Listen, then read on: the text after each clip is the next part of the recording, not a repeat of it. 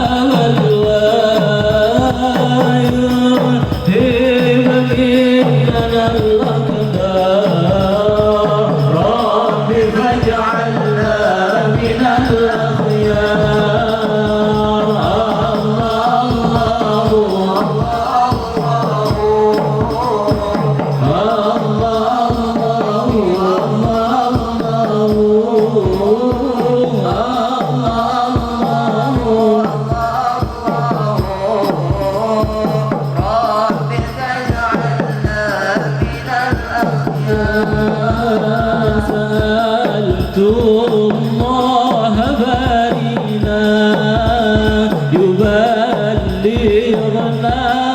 بارينا سألت الله بارينا يبلغنا بارينا يذهب مننا الأقدار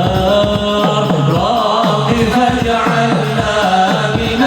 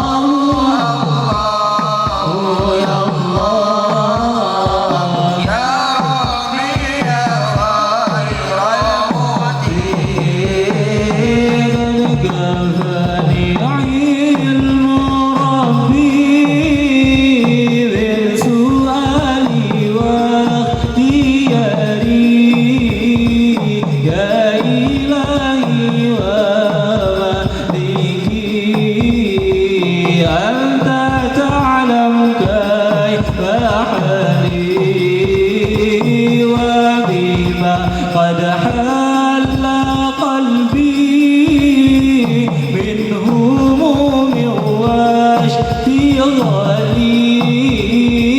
فتداركني بلطف منك يا مولى البرايا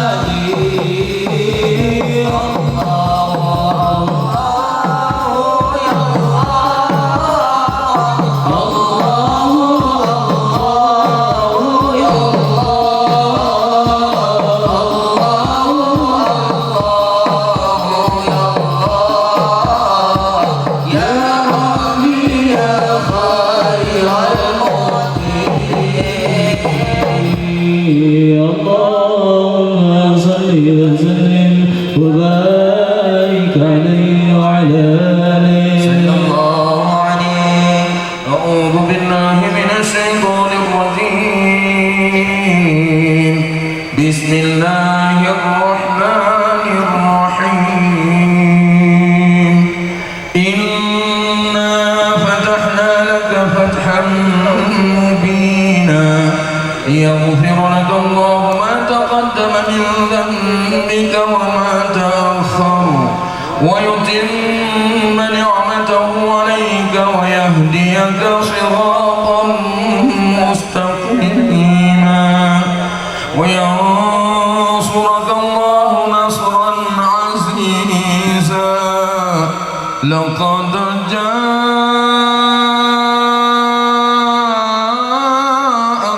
رسول من أنفسكم عزيز عليه ما عنتم حريص عليكم بالمؤمنين رؤوف رحيم. يا رحيم. فإن تولوا فقل حسبي الله لا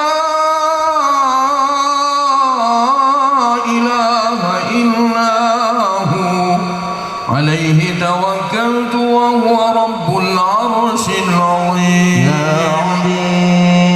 يا أيها النبي إنا أرسلناك شاهدا ومبشرا ونذيرا وداعيا إلى الله بإذنه وسراجا منيرا وبشر المؤمنين بأن لهم من الله فضلا كبيرا. محمد رسول الله والذين معه أشداء على الكفار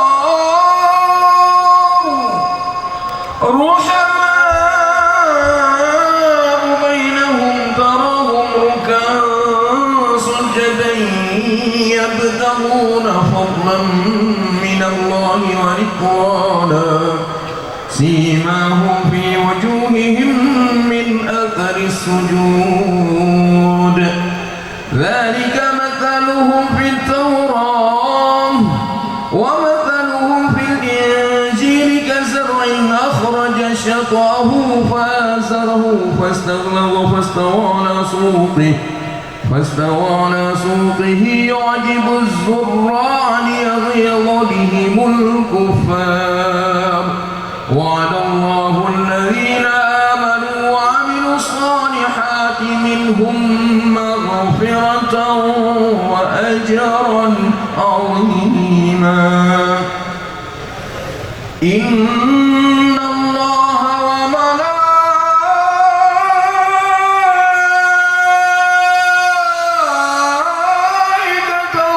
يصلون على النبي يا أيها الذين آمنوا صلوا عليه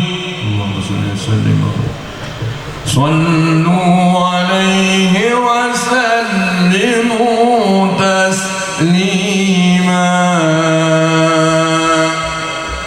اللهم صل وسلم وبارك عليه وعلى آله.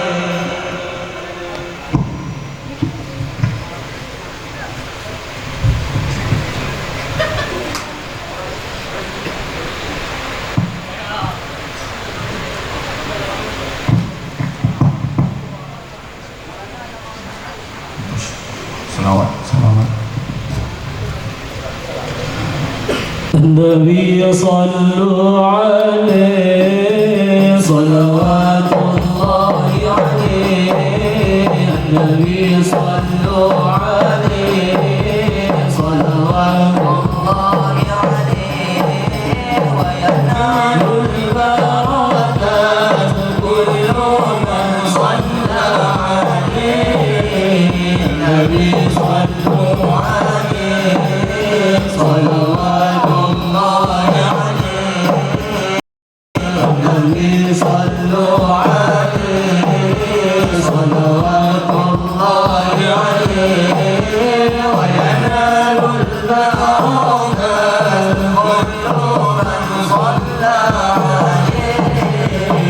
النبي يا حاضرين يعلموا علم اليقين النبي يا حاضرين يعلموا علم اليقين أن رب العالمين فرض الصلوات عليه النبي صلوا عليه صلوات الله عليه النبي صلوا عليه صلوات الله عليه وينال البركات كل من صلى عليه النبي يا من حضر النبي خير البشر النبي يا من حضر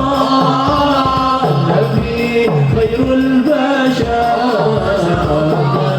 له القمر قد غسل سلم عليه النبي صلوا عليه صلوات الله عليه النبي صلوا عليه صلوات الله عليه وينال البركات كل من صلى عليه النبي لك العروض ذكره يحيي النفوس النبي لك العروض ذكره يحيي النفوس النصارى والمجوس أسلموا على يديه النبي صلوا عليه صلوات الله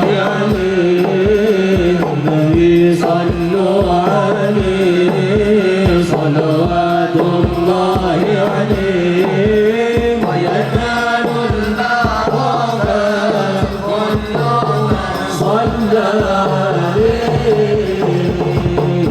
اللهم صل وسلم وبارك عليه وعلى آله الرحمن الرحيم الحمد لله القوي سلطانه الواضح برهانه المبسوط في الوجود كرمه وإحسانه تعالى مجده وعظم شانه خلق الخلق لحكمة وطوى عليها علمه وبسط لهم من فائض المنة ما جرت به في أقداره القسمة فأرسل إليهم أشرف خلقه وجل عبيده الرحمة تعلقت إرادته الأزلية بخلق هذا العبد المحبوب فانتشرت آثار شرفه في العوافي عوالم الشهادة والغيوب فما أجل هذا المن الذي تكرم به المنان وما أعظم هذا الفضل الذي برز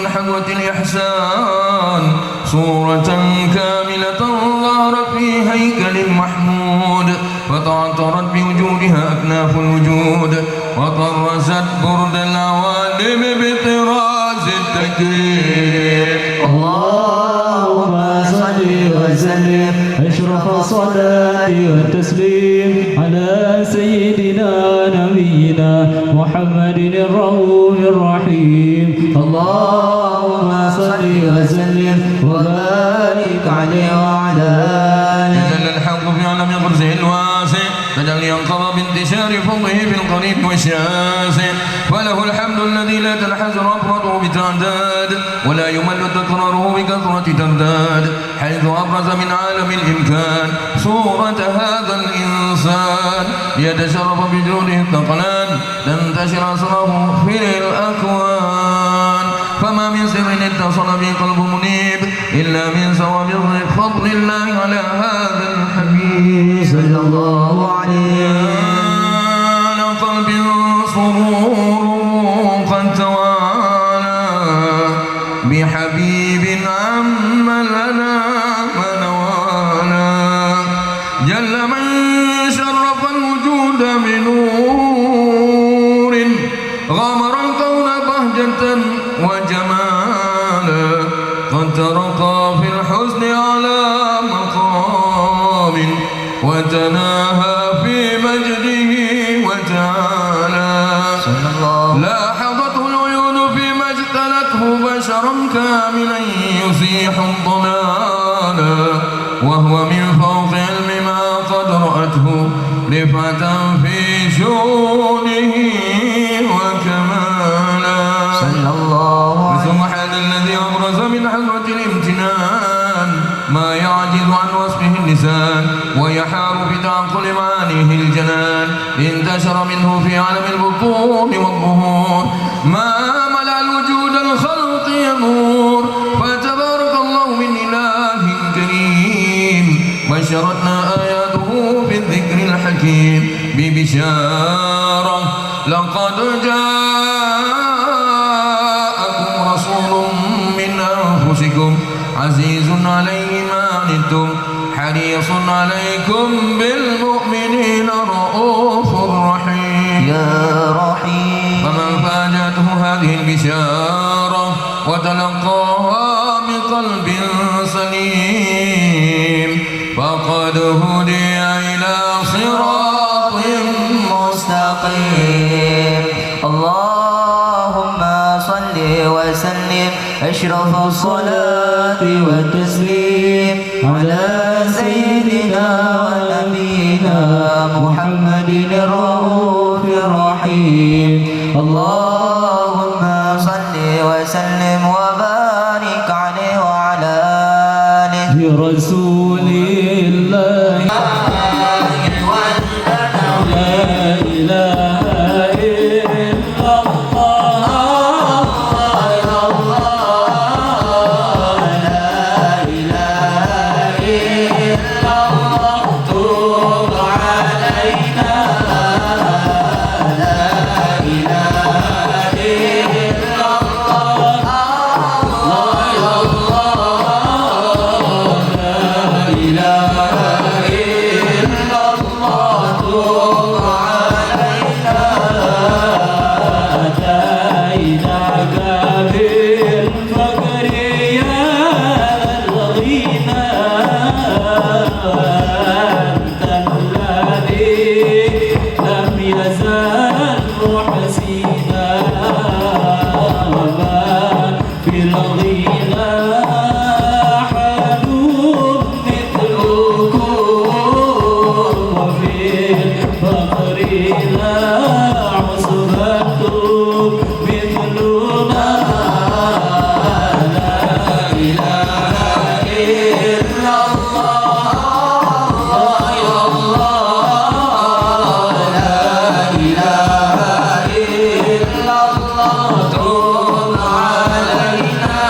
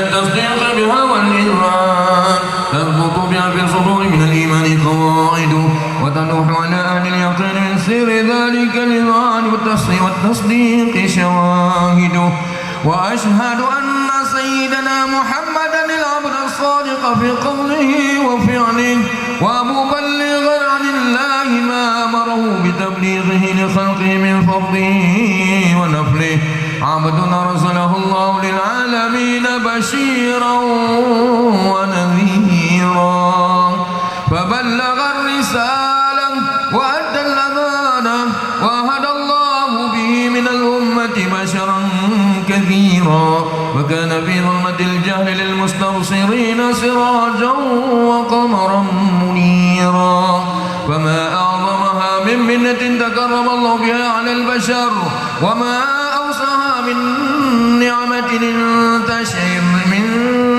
انتشر سرها وما أوسعها من نعمة انتشر سرها في البحر والبر اللهم صل وسلم بأجل صلوات واجمعها واسكن تحية أوسعها على هذا العبد الذي وفى بحق العبودية وبرز فيها بخلة الكمال وقام بحق الربوبية في مواطن الخدمة لله وأقبل عليه غاية الإقبال صلاة يتصل بها روح المصلي عليه به فينبسط في قلبه نور سر تعلقه به وحبه ويكتب بها بعناية الله في حزبه وعلى آله وصحبه الذين ارتقوا صهوة المجد بقربه وتفيهوا ظلال الشرف الأصلي بوده وحبه ما عطر الأكوان بنشر ذكراهم نسيم اللهم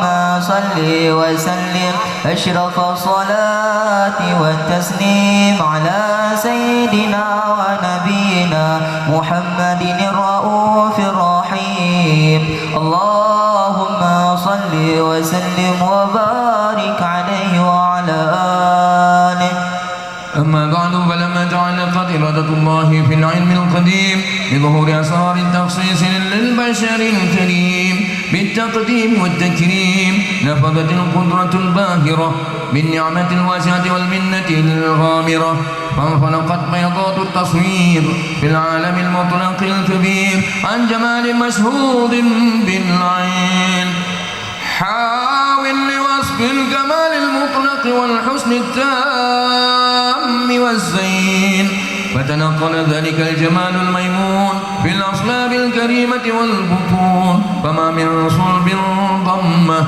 إلا وتمت عليه من الله النعمة فهو القمر التام الذي يتنقل في بروجه ليتشرف به موطن استقراره وموضع خروجه وقد قضت الأقدار الأزلية بما قضت وأظهرت من سر هذا النور ما أظهرت وخصصت به من خصصت فكان مستقره في الأصلاب الفاخرة والأرحام الشريفة الطاهرة حتى برز في عالم الشهادة بشرا لا كالبشر ونورا حير الأفكار ظهوره وبهر فتعلقت همة الراقم لهذه الحروف بأن يرقم في هذا القرطاس ما هو لديه من عجائب ذلك النور معروف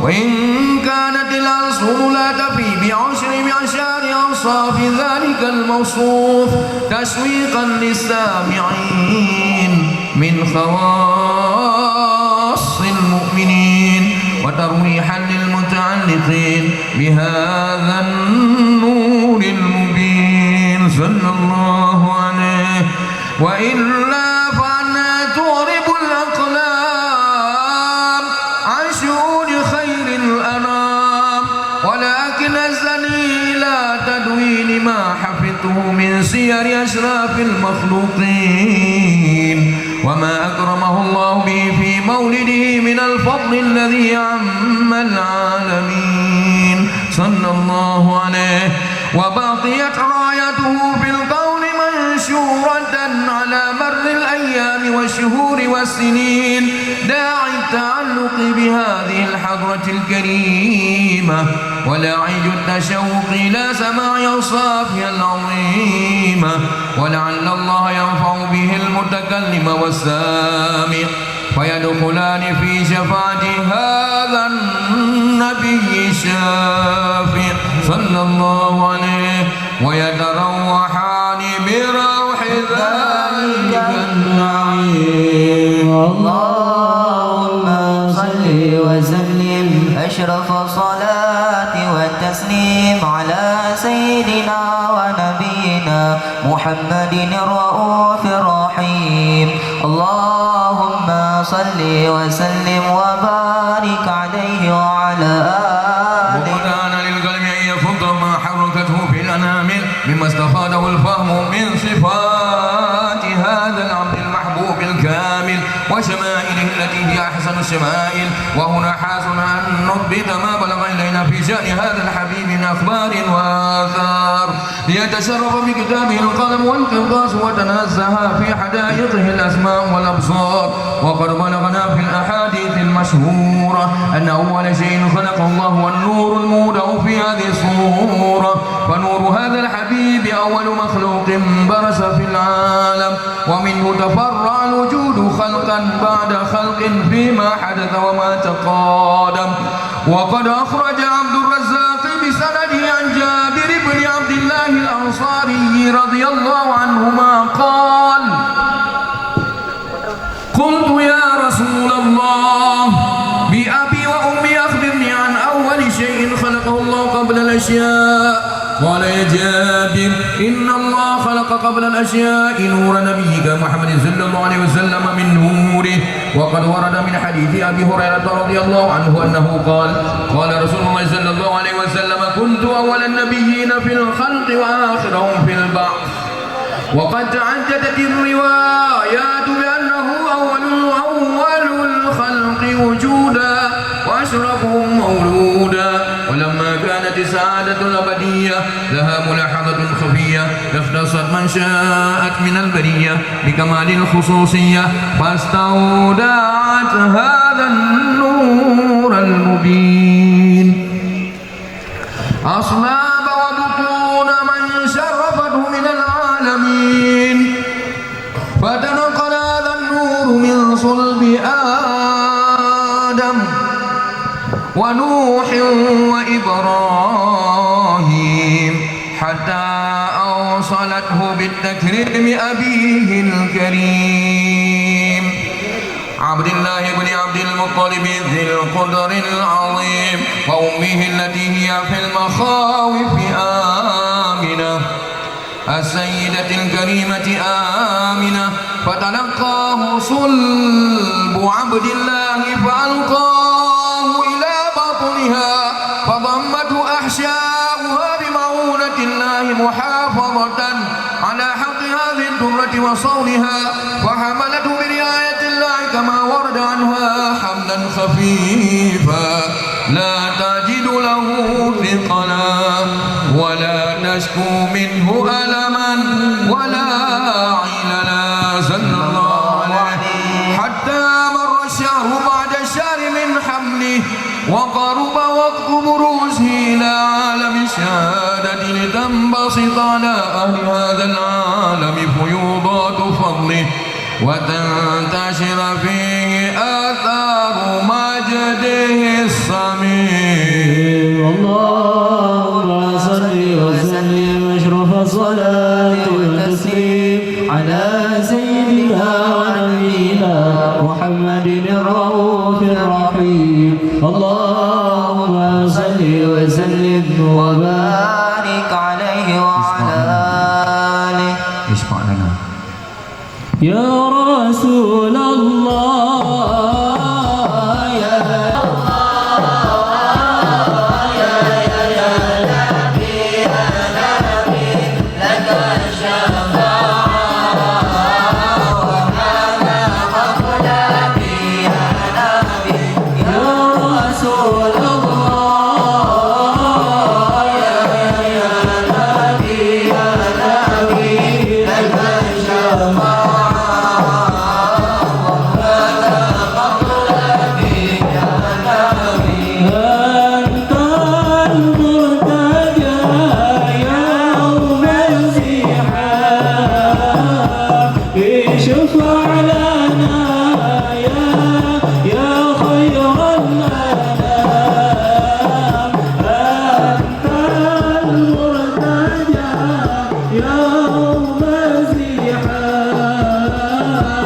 اشفع لنا يا خير الأنام اشفع لنا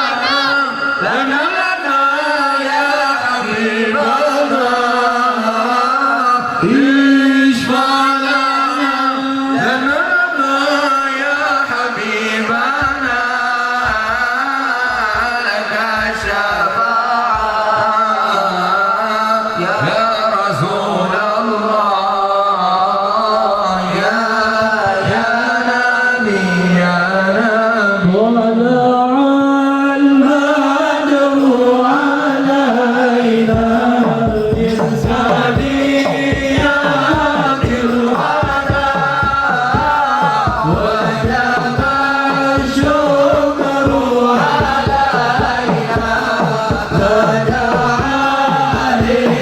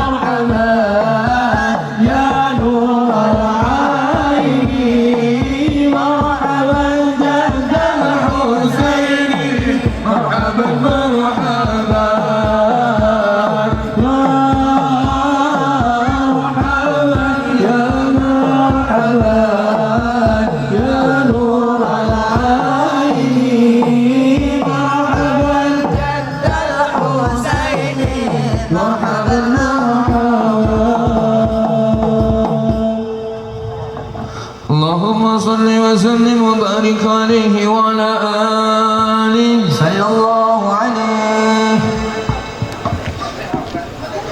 Tolong track kejut biar masak sadat.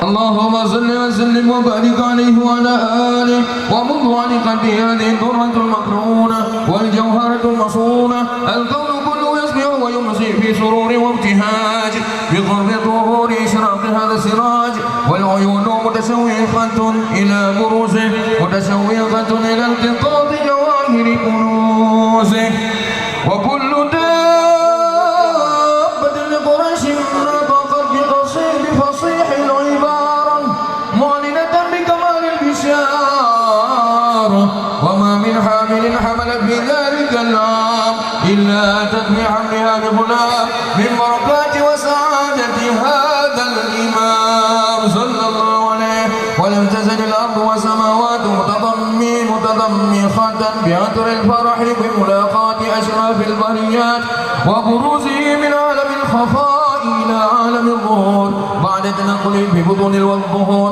فظهر الله في الوجود بهجة التكريم وبسط في العالم الكبير مائدة التشريف والتعظيم بروز هذا البشر الكريم اللهم صل وسلم والتسليم على سيدنا ونبينا محمد الرؤوف الرحيم اللهم صل وسلم وبارك عليه وعلى آله فحين تربع عن وضع هذا الحبيب عن السماوات والأرض ومن فيهن بترحيب وأنظر الجود الإلهي على أهل الوجود تفيج وألسنة الملائكة بالتبشير للعالمين تعيش سبحان الله والحمد لله ولا إله إلا الله والله أكبر.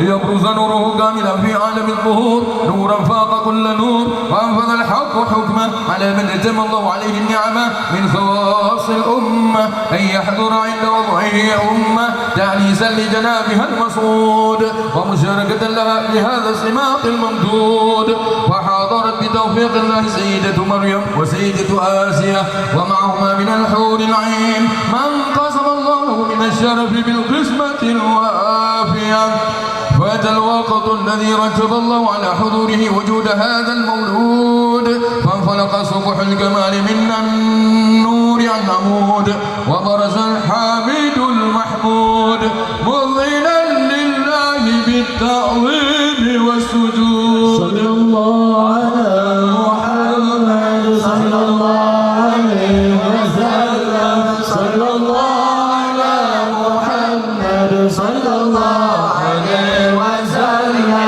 يا نبي سلام عليك يا رسول سلام عليك يا حبيب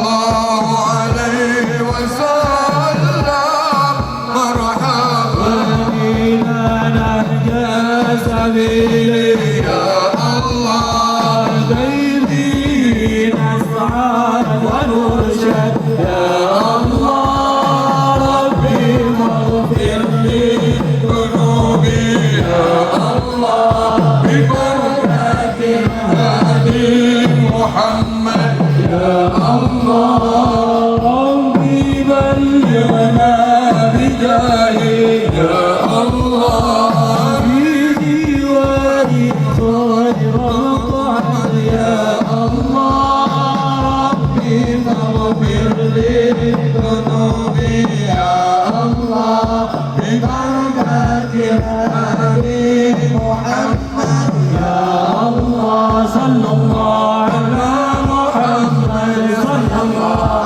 عليه وسلم صلى الله على محمد صلى الله عليه وسلم صلاة الله تغشى شرف الرسل محمد صلى الله على محمد صلى الله عليه وسلم سلام مستمر ملحق إذا تجدد صلى الله على محمد صلى الله عليه وسلم اللهم صل وسلم وبارك عليه وعلى آله صلى الله عليه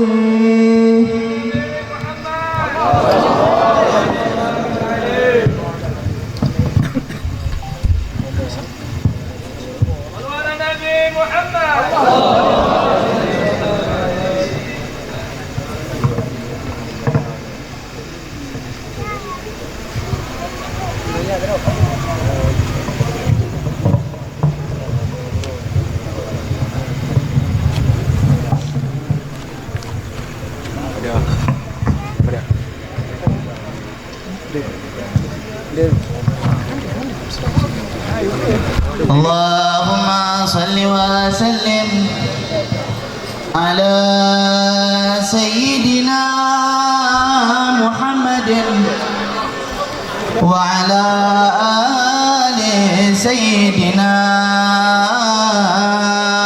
محمد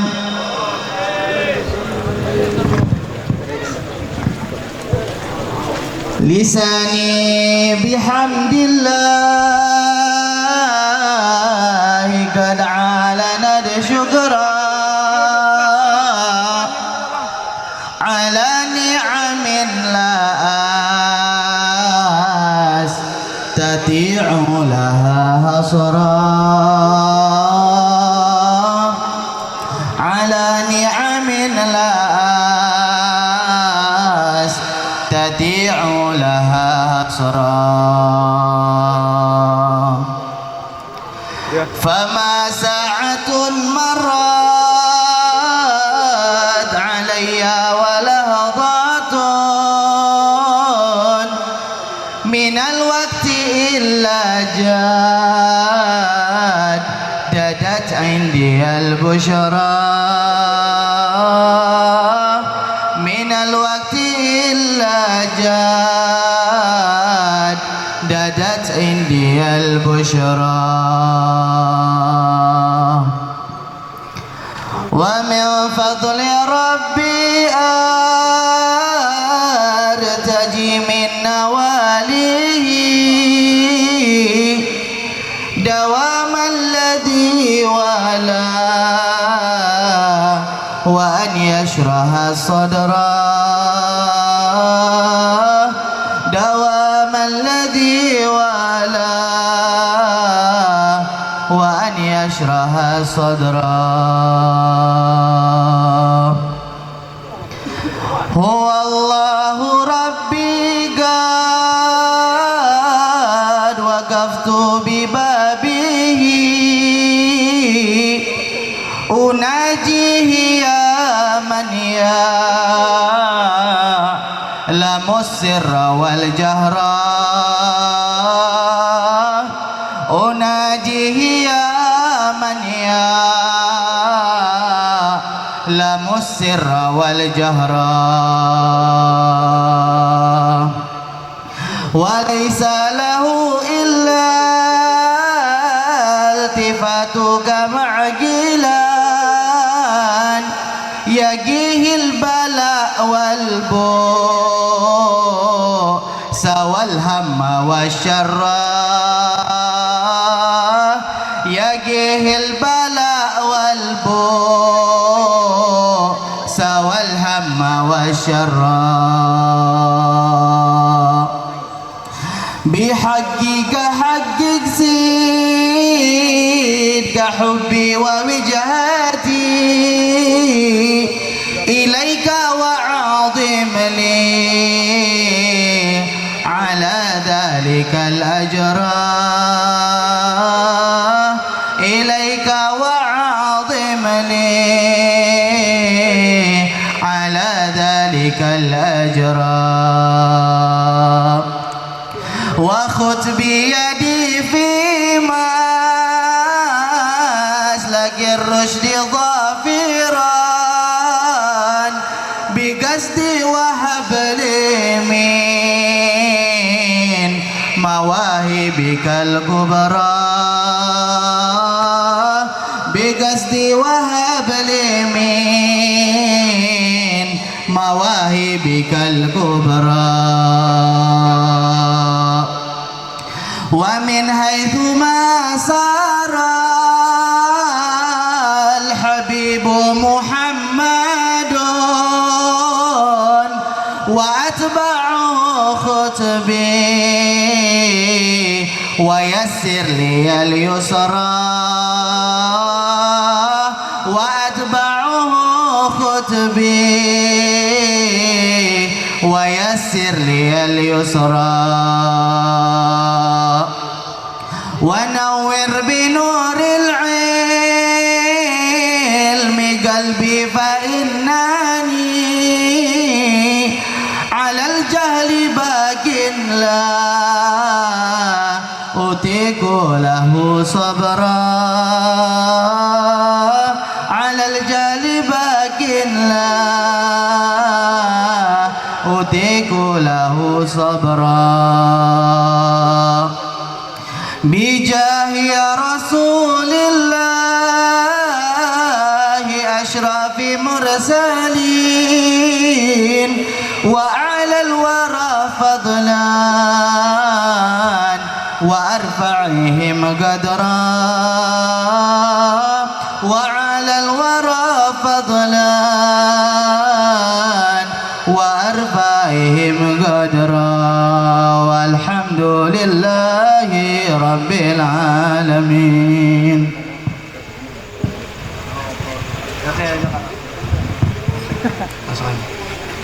على نبي محمد.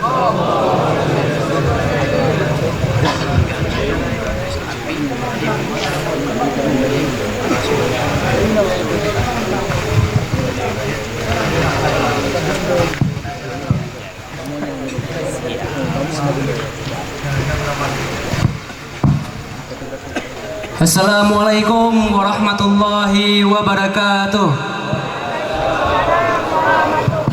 Bismillahirrahmanirrahim. Alhamdulillahirabbil alamin wa bihi nasta'in ala umuri dunya waddin. Allahumma salli wa sallim ala sayyidina Muhammad wa ala ali sayyidina Muhammad miftahil babi rahmatillah adada ma fi ilmillah salatan wa salaman daimaini bidawami mulkillah wa ala alihi wa sahbihi wa man tabi'ah amma ba'd.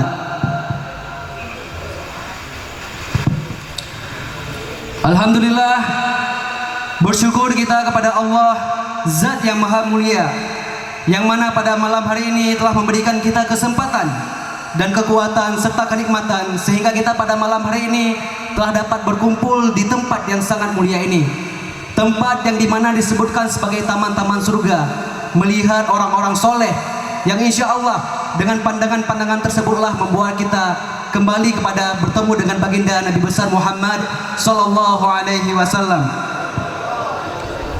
Salawat dan salam bersama-sama kita selalu panjatkan kepada suri tauladan kita semua, Dialah lelaki terbaik di antara lelaki lainnya, suami terbaik bagi para istri-istrinya, ayah terbaik bagi para putra dan putrinya, kekasih terbaik bagi para pecintanya, serta dialah umat Nabi terbaik bagi seluruh umatnya.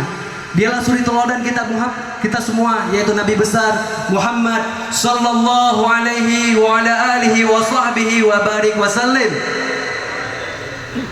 Salawat dan salam kita sertakan kepada seluruh keluarga, sahabat, serta para ulama mutaqaddimin wa mutakhirin, yang semoga dengan berkumpulnya kita di tempat yang berbahagia ini, kita juga senantiasa nanti berkumpul di tempat yang sangat luar biasa, langsung meminum dari telaga daripada baginda Rasulullah sallallahu alaihi wasallam, dan juga mendapatkan syafaat daripada baginda Rasulullah sallallahu alaihi wasallam. Yang kita hormati dan yang kita muliakan, guru kita, tetamu agung kita, tetamu mulia kita pada malam hari ini, Sayyidul Habib Muhammad bin Habib Munsif Ali bin Abdul Fakir bin Abdul Qadir bin Muhammad Ibnul Imam Ali bin Muhammad Al-Habsyi dari Tarim. Juga kita hormati dan kita muliakan Al-Habib Alwi bin Ahmad bin Muhammad Ibnul Imam Ali bin Muhammad Al-Habsyi, serta Al-Hafiz Kitabullah As-Sayyid Ali bin Ibrahim, tetamu agung kita dari Hadramut Tarim, Yaman. Semoga kedatangan beliau memberikan cahaya kemuliaan kepada ini tempat, Aceh khususnya. Amin ya rabbal alamin.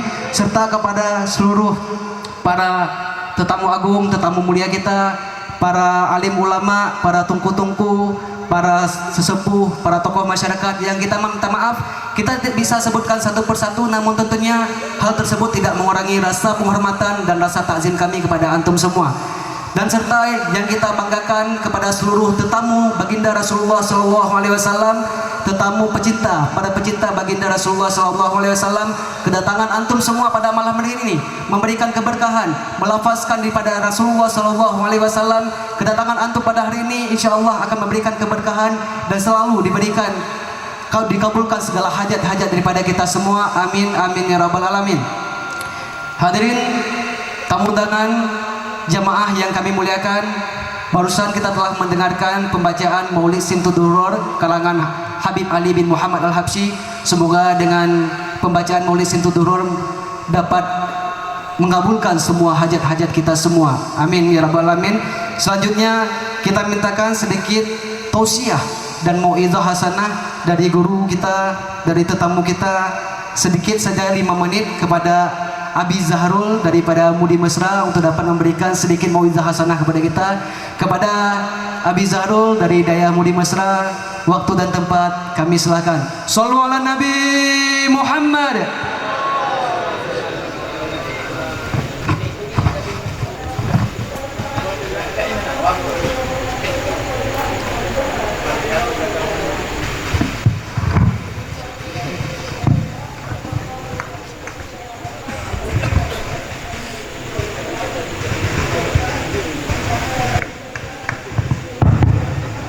Izin Sayyidi. Assalamualaikum warahmatullahi wabarakatuh. Alhamdulillah wa kafa wassalatu wassalamu ala al-habibil mustafa wa ala alihi wa sahbihi min ahli sidqi wal wafa. Rabbi syrah li sadri wa yassir li amri wa hlul 'uqdatam min lisani yafqahu qawli. Rabbi yassir wa la tu'assir, Rabbi tammim bil khair. Subhanaka la ilma lana illa ma 'allamtana innaka antal alimul hakim. Amma ba'd. Yang saya hormati, yang mulia Sayyidil Habib Muhammad bin Ali bin Abdul Qadir bin Muhammad bin Ali bin Muhammad Al-Habsyi, hafizahullah wa ra'ah, dan juga kepada seluruh rombongan yang menyertai beliau, dan juga kepada Walid sebagai khadimul ma'had di sini, dan pada seluruh tamu-tamu yang mulia. Mohon maaf tidak mungkin saya sebut nama satu persatu. Mudah-mudahan dalam rahmat dan ridha Allah Subhanahu wa taala. Amin. Pada kesempatan yang mulia ini, kami datang ke sini bukan untuk memberi ifadah, tapi untuk istifadah. Saya mengingat kalam Imam Agung, yaitu Abu Hanifah. Beliau ketika ditanya, bima hasaltal ilmal azim, dengan apa engkau mencapai ilmu yang agung? Apa jawaban daripada Abu Hanifah? Ma bakhiltu bil ifadah wa ma istangkaftu anil istifadah. Aku tidak pernah kikir memberi faedah ilmu, dan aku tidak pernah malas, tidak pernah bosan-bosan mengambil istifadah daripada orang yang lebih berilmu daripada aku. Maka kami datang ke sini sebenarnya bukan untuk memberi kata sambutan, karena ini adalah bahagian daripada su'ul adab. Di sini ada tamu kita yang lebih agung, tamu kita yang lebih mulia. Kami datang hanya untuk memohon istifadah, meminta istifadah daripada beliau-beliau, bukan untuk memberi faedah. Kemudian karena sudah diminta, kalau menolak pun rasanya juga kurang adab. Jadi mungkin ada satu dua hal yang ingin kami sampaikan. Kita mengingat Rasulullah pernah bersabda, adibu auladakum ala salasi khisalin, ajarlah anak kalian 3 perkara. Yang pertama, hubbi nabiikum, cinta kepada nabi kalian. Yang kedua, hubbi ahli baitih, cinta kepada ahlul baitnya, iaitu para habaib, para zuriat Rasul. Dan yang ketiga, tilawatil Quran, ajarkan mereka cara membaca Al-Quran. Jadi dalam rangka kita bertamu dan bersilaturahmi pada malam ini adalah ini tak lain dan tak bukan untuk menumbuhkan rasa mahabbah kita kepada ahlul bait, karena ini adalah bahagian daripada kewajiban keimanan kita. Dalam surat Asy-Syura Allah berfirman, Qul la as'alukum alaihi ajra illal mawaddata fil qurba. Katakan oleh Muhammad, la as'alukum alaihi ajra, aku tidak meminta kepada kalian upah. Alaihi dhamirnya marji kepada tabligh risalah. Jadi Rasul tidak meminta upah ketika beliau menyampaikan risalah kepada umat, kecuali satu permintaan beliau, al-mawaddata fil qurba, kecintaan kepada kerabat beliau. Jadi ketika para habaib ini, mereka orang-orang yang istiqamah menjalankan agama dan istiqamah mengikuti sunnah datuk beliau, yaitu baginda Nabi Muhammad SAW, berarti kewajiban kepada umat Islam untuk menghormati habaib karena 2 hak. Pertama karena hakul Islam, yang kedua karena hakul qarabah. Jadi para habaib yang menjalankan sunnah bagindanya, sunnah datuknya, kita memiliki 2 hak memuliakan mereka. Di samping hak Islam, yang kedua karena hak qarabah. Kemudian kita tahu beliau-beliau ini datang dari Hadramut. Kita mungkin sering membaca kitab Manhajus Sawi yang ditulis oleh Habib Zain bin Ibrahim As-Sumaid. Dalam kitab Manhajus Sawi tersebut dijelaskan bagaimana tarikah Ba'lawi. Said Habib Ahmad bin Zain Al-Habashi, muridnya Imam Haddad, pernah menanyakan kepada Imam Haddad, kaifa tarikatuna, bagaimana tarikah, metode atau pilar kehidupan orang-orang Bani Alawi. Beliau menjawab, ada 5 tarikah Bani Alawi. Yang pertama ilmu, yang kedua amal, yang ketiga khuf, yang ketiga wara', yang keempat khuf, yang kelima ikhlas. Jadi mudah-mudahan kita dengan mengikuti tarikah-tarikah Ba'lawi, dengan mendahulukan ilmu sebagai pilar utama, kemudian dilanjutkan dengan beramal, kemudian dengan ada rasa wara' dalam kehidupan sehari-hari kita, menjauhi hal-hal yang haram, makruh dan syubhat, kemudian rasa khuf kepada Allah, dan diakhiri dengan keikhlasan dalam beraktivitas sehari-hari. InsyaAllah kita akan selamat di dunia dan akhirat. Dan yang terakhir, wujud kecintaan kita kepada baginda Rasul harus dibuktikan dengan mutaba'ah tammah zahirah wa batinah. Jadi kalau cinta kepada Rasul hanya di mulut saja, itu omong kosong. Cinta kepada Rasul samaratul mahabbah al-mutaba'atut tammah zahirah wa batinah. Itu baru cinta yang sebenar-benarnya kepada Rasulullah. Mudah-mudahan bermanfaat. Mohon maaf bila ada kata-kata yang menyinggung perasaan. Hadanallahu wa iyyakum ajma'in. Billahi taufiq hidayah. Assalamualaikum warahmatullahi wabarakatuh.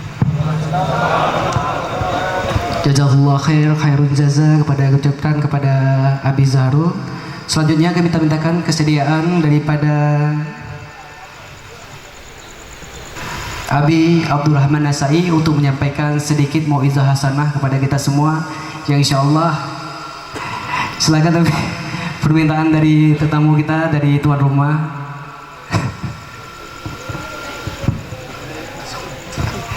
Baik, kita lanjutkan aja langsung saja untuk tau'isiyah ataupun mau'izah hasanah langsung dari tetamu mulia kita dari negeri Hadramut, Carim, Yaman. Kita mintakan kesediaan yang pertama kepada Al-Habib Alwi bin Ahmad bin Muhammad Ibnul Imam Ali bin Muhammad Al-Habsyi. Kepada beliau waktu dan tempat kami persilakan. Sallu ala Nabi Muhammad. Kita mintakan kesediaan untuk Tuku Nazar dari Dayah Tanah Merah untuk menjadi tarjim daripada beliau. Tafadhol.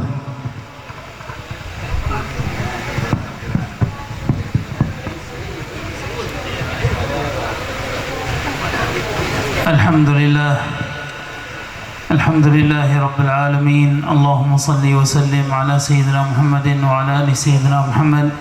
Iftahi babi rahmatillah adada ma fi ilmillah salatan wa salaman daimaini bidawami mulkillah. Amma ba'd. Assalamualaikum warahmatullahi wabarakatuh. Alhamdulillah wassalatu wassalamu ala Rasulillah Muhammad ibn Abdillah wa ala alihi wa sahbihi wa mawalah. Habib Alwi dan tamu kita yang mulia ini, beliau memulai ceramah beliau dengan memuji kepada Allah Subhanahu wa taala dan juga bersalawat kepada baginda Rasulullah sallallahu alaihi wasallam, yang mana baginda Rasulullah adalah pembawa pintu ataupun pintu untuk mendapatkan segala rahmah daripada Allah Subhanahu wa taala. Juga salawat kepada al dan sahabat beliau sekalian.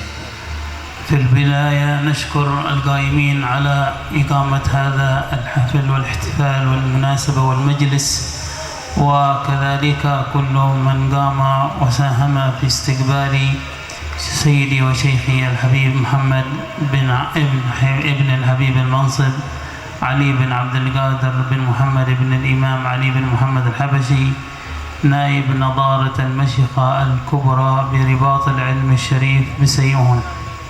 Pertama sekali Habib Alwi mengucapkan terima kasih banyak sekali kepada semua yang telah membantu menyukseskan acara ini.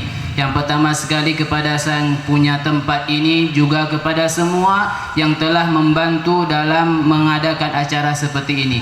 Begitu juga terima kasih telah menyambut kedatangan kami. Yang pertama guru kami yaitu Habib Muhammad bin Ali bin Abdul Qadir Al-Habsyi dengan datang ke sini, insya-Allah akan memberi manfaat kepada kita. والبلد الطيب يخرج نباته بإذن ربه. Negeri yang baik itu akan tumbuh semua dari negeri tersebut segala hal yang baik. فكل بلد وطئتها أقدام الرجال يعود أثر هؤلاء الرجال على من يأتي من بعدهم جيلا بعد جيل. Satu negeri yang baik yang mana telah didatangi oleh kaki-kaki ataupun telah dikunjungi oleh orang-orang yang hebat, dan negeri tersebut akan memberi bekas yang mana bekas tersebut akan berpengaruh ke depannya sehingga mendatangkan orang-orang hebat selanjutnya. دليل ذلك من القرآن في قوله سبحانه وتعالى حتى يبلغ أشدهما ويستخرجا كنزهما. Dalilnya terdapat di dalam Al-Quran, yaitu yang mana Allah mengatakan sehingga keluar di dalam negeri tersebut ataupun dari anak-anak tersebut, yaitu benih-benih yang bagus. في هذه القصة أمر الله سبحانه وتعالى الخضر مع نبي الله موسى أن يبني لطفلين صغيرين جدار تحته كنز لمن لهما كان جدهما السابع صالح. Kisah ini yang diceritakan oleh Allah Subhanahu wa taala dalam Al-Quran tentang Nabi Khidir dengan Nabi Musa alaihi salam, yang mana Allah memerintahkan kepada dua nabi ini untuk membangun dinding yang telah roboh punya seorang anak yatim, yang mana anak yatim ini adalah ditinggalin oleh orang yang baik. Siapa yang baik tersebut adalah kakek mereka berdua, artinya pengaruh dua orang terdahulu. وهذه البلد قد وطئتها قدم الإمام الحبيب أبو بكر بن حسين بن فقيه الذي كان منهجه الاتباع للنبي محمد صلى الله عليه وآله وصحبه وسلم في الأقوال والأفعال. Ini negeri ini adalah buktinya, yang mana negeri ini telah didatangi oleh kaki-kaki orang-orang hebat, termasuk salah satunya beliau sebutkan yaitu Habib Abu Bakar bin Husin Balfaqih ataupun Tunku di Anjo, yang mana beliau ini telah beramal dengan segala yang diperintahkan oleh Nabi Muhammad sallallahu alaihi wasallam, baik dengan perkataan ataupun perbuatan beliau. فقد بحث عن كتاب يجمع له ما يقرب إلى الله سبحانه وتعالى وإلى حقيقة التقوى، فوجد كتاب بداية الهداية فعمل به.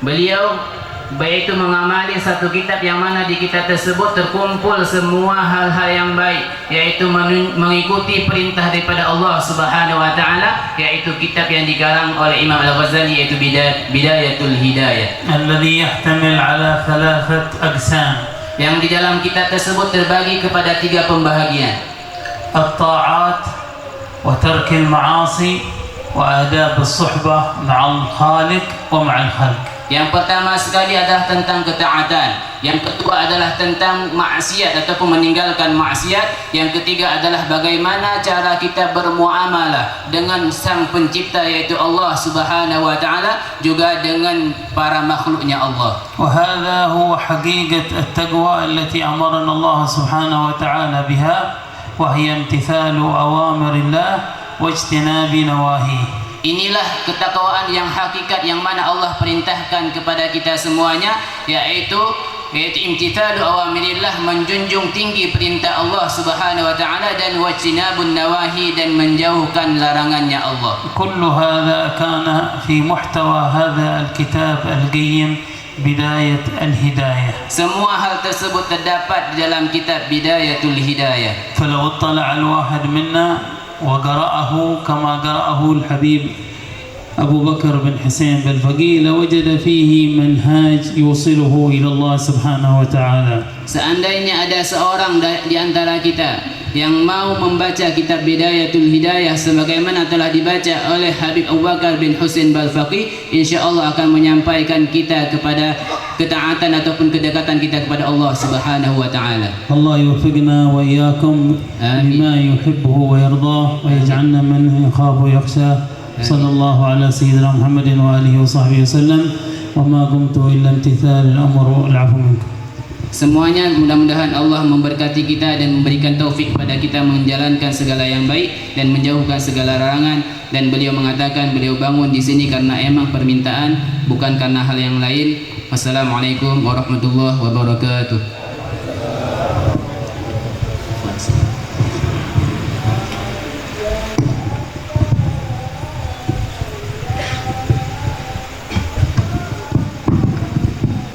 Jazakallahu khairal jazaa. Selanjutnya kita mintakan kesediaan daripada untuk menyampaikan sedikit mauizah dan tausiah kepada kita semua kepada As-Sayyid Ali bin Ibrahim Al-Habsyi. Kami persilahkan kesediaan antum untuk dapat menyampaikan sedikit mauizah hasanah kepada kita semua, dan untuk tarjimnya kita mintakan kesediaan Habib Maulana Al-Habsyi. Tafadhal Bib.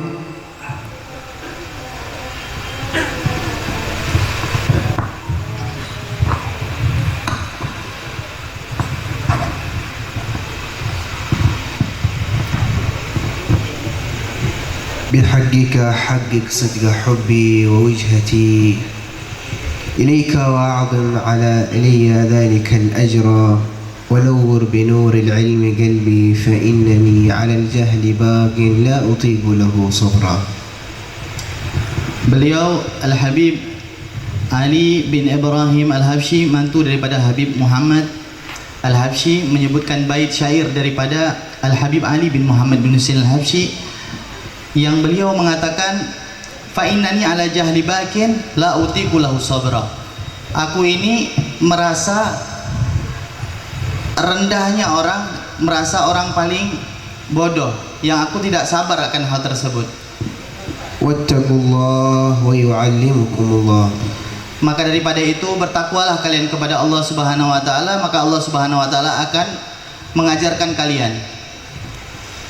Alhamdulillah الذي أكرمنا بالمجيء إلى هذه البلد المباركة التي وطئها أعلام أئمة، منهم سيدنا الحبيب أبو بكر بن حسين بالفقيه الذي كما سمعتم من قبل سيدي وشيخي الحبيب علوي. وقد أكرمنا الله سبحانه وتعالى بالقراءة عند قبره مع سيدي وشيخي الحبيب محمد بن علي بن عبد القادر ابن محمد ابن الإمام علي بن محمد بن حسين الحبشي نائب نظارة مشيخة الكبرى برباط العلم الشريف. Alhamdulillah kita telah disambut, telah datang kita ke negeri yang baik ini, ke negeri Aceh ini, yang mana di dalamnya terdapat kuburan daripada Al-Habib Abu Bakar bin Husain Belfaqih yang tadi telah kita ziarahi makamnya, yang mana beliau menyebutkan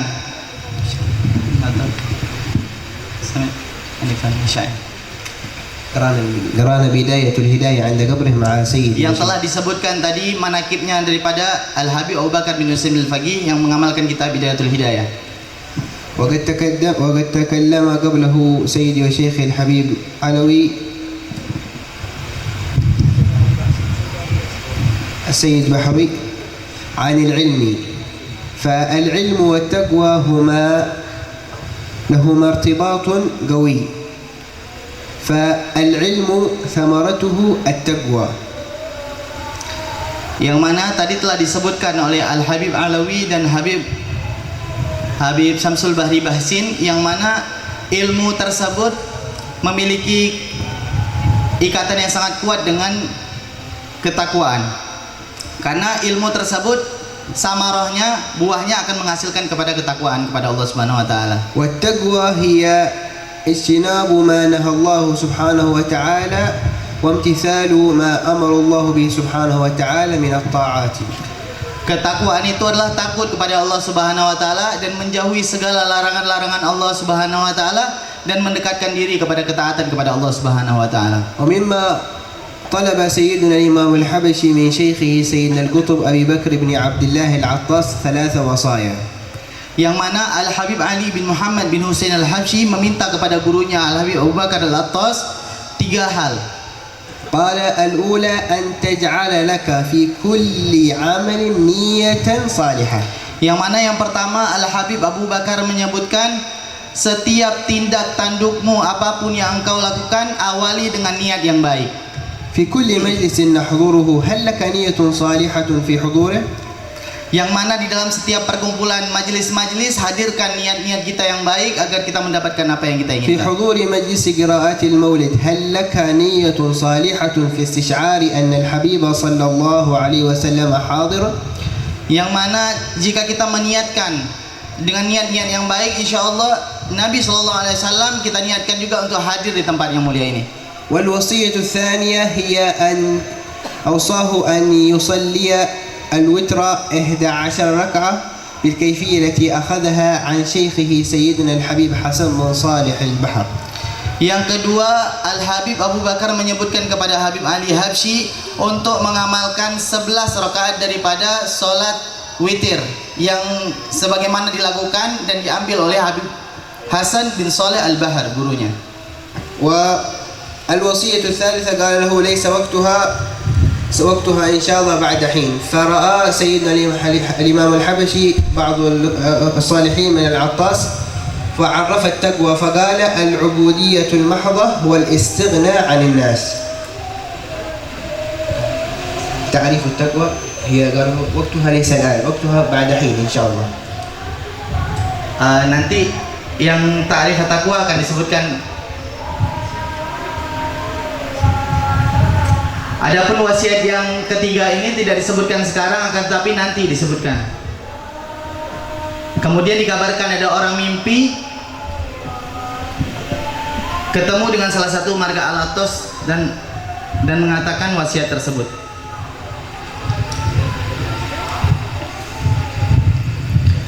فالتقوى هي ثمرة العلم كما قلنا، والعلم هو نور يضعه الله في قلب من أراد أن يهديه. Takwa itu adalah samarah, adalah buah ketakutan kita kepada Allah Subhanahu wa taala, yang mana yang Allah Subhanahu wa taala letakkan kepada hati-hati orang yang bersih hatinya. قال أبو إسحاق الإلبيري الغرناطي الأندلسي ينصح ابنه في منظومته التائية فيقول، yang mana Abu Ishaq menasihati anaknya dengan mengatakan manzumah, nasihat-nasihat pujian syair-syair kepada anaknya. Beliau mengatakan, قال أبا بكر قد دعوتك لو أجبت. Abu Bakar telah قد دعوتك لو أجبت. Abu Bakar telah memanggilmu jika engkau memenuhi perintahnya. أبا بكر قد دعوتك لو أجبت أبا بكر قد دعوتك لو أجبت.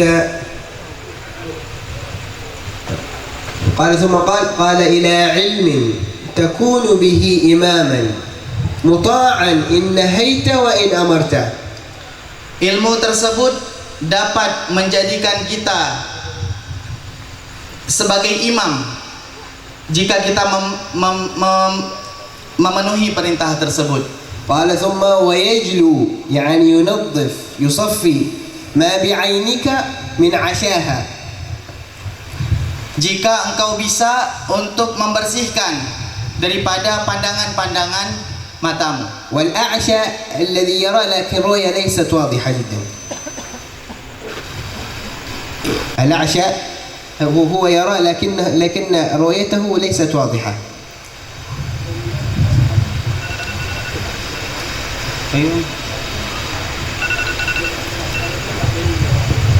Dan dia akan melihat pandangan tersebut tidak jelas jika tidak dengan ilmu agama. قال ويجلو ما بعينك من عشاها ويهديك السبيل إذا ضللت. العلم يهديك السبيل الذي سلكه صلى الله عليه وسلم وسائر الأئمة رضي الله عنهم. Ilmu itu akan memberikan kita petunjuk sebagaimana Nabi SAW melaluinya dan sebagaimana orang-orang soleh yang telah melalui hal tersebut. ثم قال وكنزا أو وكنز لا تخاف عليه للصاء خفيف الحمل يوجد حيث كنت. Yang mana itu merupakan kanzun, sebuah rahasia yang tidak diketahui kecuali dengan orang-orang yang telah mempelajarinya.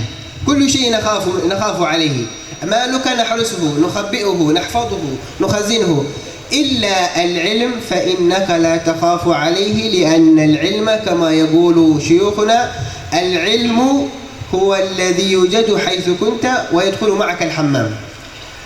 Semua hal, segala hal yang kita inginkan kita takuti. Kita ingin semua hal itu kita takuti kecuali dengan kita mendapatkan ilmu. Ilmu tersebut yang akan menjaga kita dari segala hal yang membahayakan kita.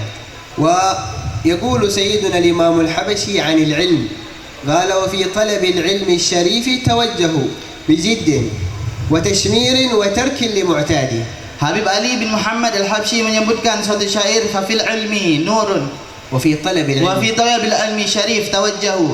Dengan mempelajari ilmu yang mulia ini bersemangatlah, bijiddin dengan semangat, wa tashmirin dan terus menerus, wa tarkin lil mu'tadi dan meninggalkan hal-hal yang tercela.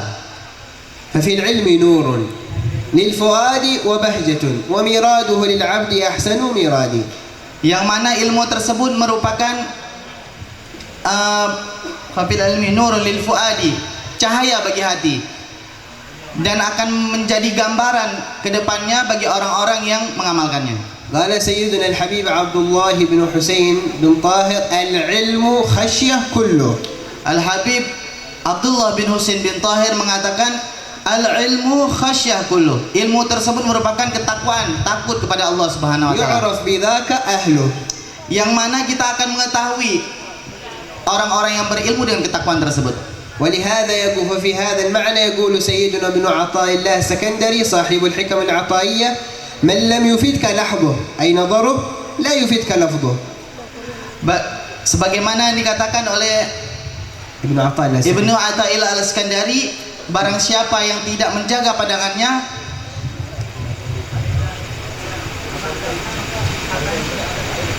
orang yang jika dengan pandangannya tidak memberikan faedah, maka dengan perkataannya pun tidak akan memberikan faedah apapun. Allahumma 'allimna ma yanfa'una wanfa'na bima 'allamtana warzuqna 'ilman nafi'an wa 'amalan mutaqabbalan wa rizqan wasi'an ya arhamar rahimin. Sallallahu ala sayyidina Muhammadin wa ala alihi wa sahbihi wa sallam. Alhamdulillahi rabbil alamin wa ma qultu illa imtithal amr wal 'afwu minkum. Beliau mendoakan kita semoga kita semua mendapatkan ilmu yang bermanfaat, tidak keluar dari tempat ini kecuali kita mendapatkan apa yang kita inginkan. Sallallahu alaihi wasallam Muhammad wa alihi wasallam. Alhamdulillah.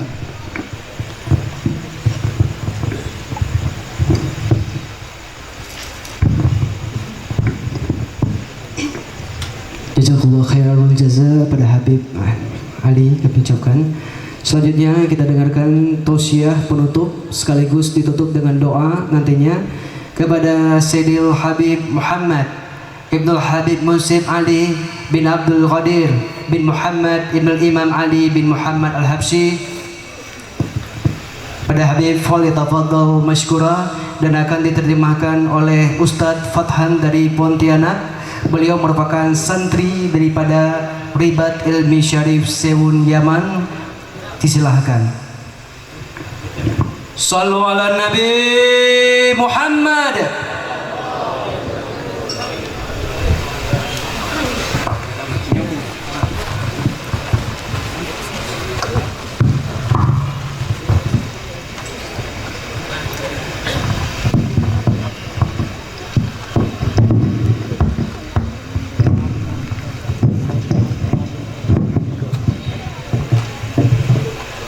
Yang lain bisa duduk, tetap duduk. لا إله إلا الله محمد رسول الله صلى الله عليه وعلى آله وصحبه وسلم. كلمة العلم، كلمة الحق، كلمة الشهادة، كلمة التعلم، كلمة التعليم، كلمة التربية، كلمة عليها نحيا وعليها نموت وعليها نبعث إن شاء الله من الآمنين. Sayyidil Habib Muhammad bin Al-Habib Al-Munsib Ali bin Abdul Qadir bin Muhammad bin Al-Imam Ali bin Muhammad bin Husain Al-Habsyi memulai ceramah beliau dengan membuka kalimat tauhid la ilaha illallah Muhammadur Rasulullah sallallahu alaihi wasallam, yang dimana kalimat tauhid ini adalah kalimat pembuka, kalimat yang menjadi saksi, kalimat hak, kalimat yang dengannya kita hidup, kalimat yang dengannya kita mati, dan kalimat yang dengannya kita nanti dibangkitkan di hari kiamat oleh Allah Subhanahu wa taala. Wa alzamahum kalimat at-taqwa wa kanu ahqqa biha wa ahlaha. Dan Allah Subhanahu wa taala menjadikan kalimat tauhid itu kalimat takwa, wa alzamahu kalimat at-taqwa, dan Allah Subhanahu wa taala menjadikan kalimat tauhid siapapun orang yang menyebutnya maka itu tanda bahwasan orang tersebut telah bertakwa kepada Allah Subhanahu wa taala.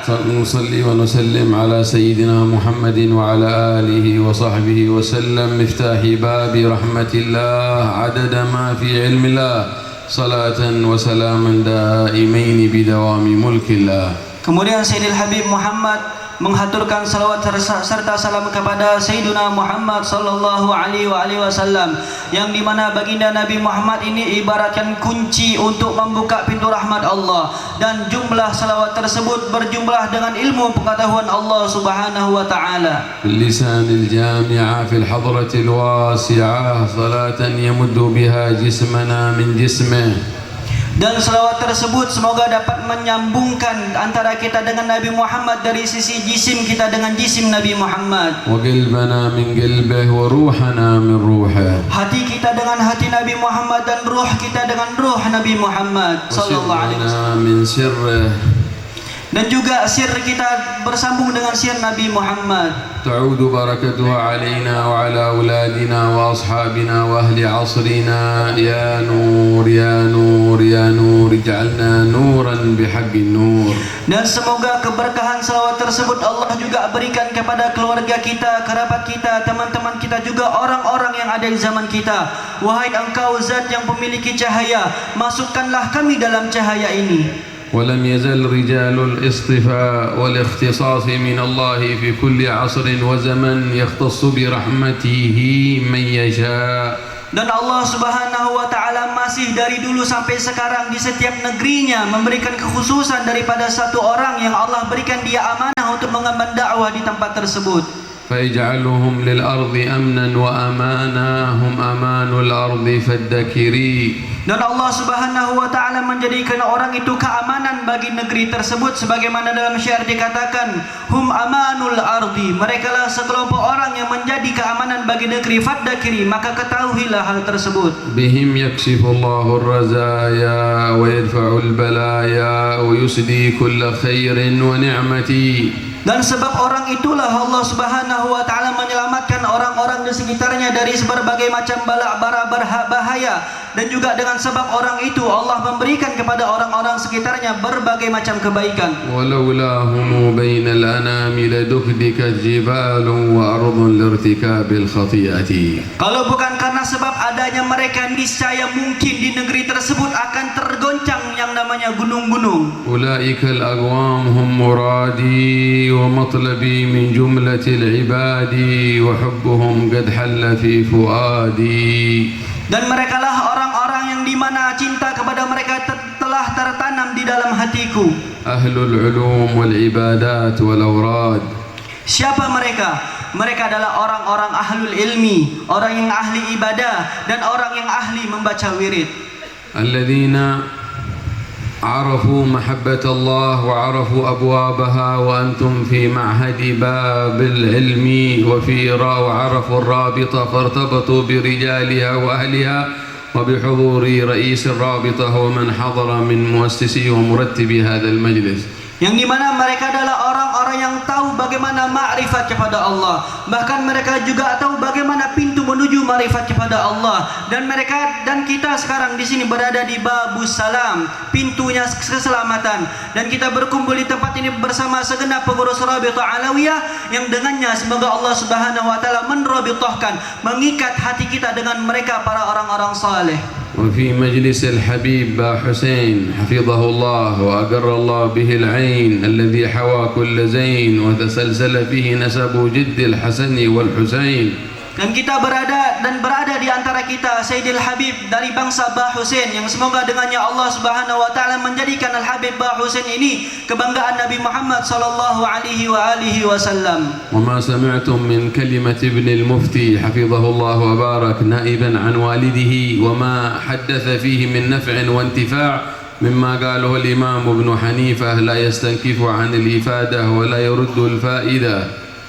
Yang dimana bersama-sama kita telah mendengarkan faedah-faedah yang datang daripada anaknya mufti yang mewakilkan daripada abahnya yang telah memberikan kita banyak faedah yang layak faedah tersebut kita amalkan.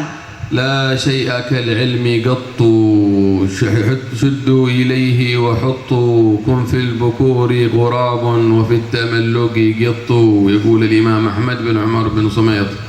Berkata Imam Ahmad bin Umar bin Sumaid, dan kepada ilmu bersegeralah kalian untuk mengambilnya, karena sesungguhnya bersegera kepada ilmu adalah suatu yang bagus, sedangkan tamalluk, malu untuk mendapatkan ilmu ibarat seekor kucing, dalam artian malu dalam menuntut ilmu adalah hal perkara yang tidak baik. والعلم أسنى سائر الأعمال وهو دليل الخير والإفضال كما قال صاحب الزبد.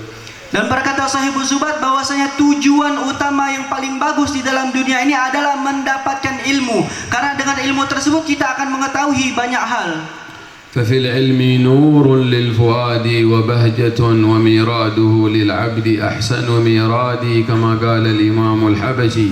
Dan berkata Imam Al-Habsyi di dalam syairnya, dan ilmu itu adalah cahaya bagi hati kita, juga ilmu itu bahja, kebanggaan bagi kita, dan juga ilmu adalah sebaik-baiknya pusaka bagi kita.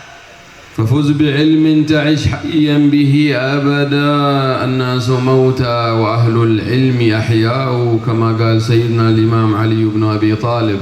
Dan berkata Sayyidina Imam Ali bin Abi Thalib, maka dengan ilmu tersebut kalian pun semua akan beruntung. Ketahuilah bahwasanya orang-orang ahlul ilmu akan selalu hidup, sedangkan orang-orang yang bodoh yang tidak memiliki ilmu sesungguhnya hakikatnya mereka itu adalah mati. وذكر لكم الأحباب عن شرف العلم وشرف رجاله ومن أنتم في رحاب بلده أنموذج من رجال الميراث ميراث العلم وهو الحبيب الإمام أبو بكر بن حسين بالفقيه شخصية كتاب بداية الهداية.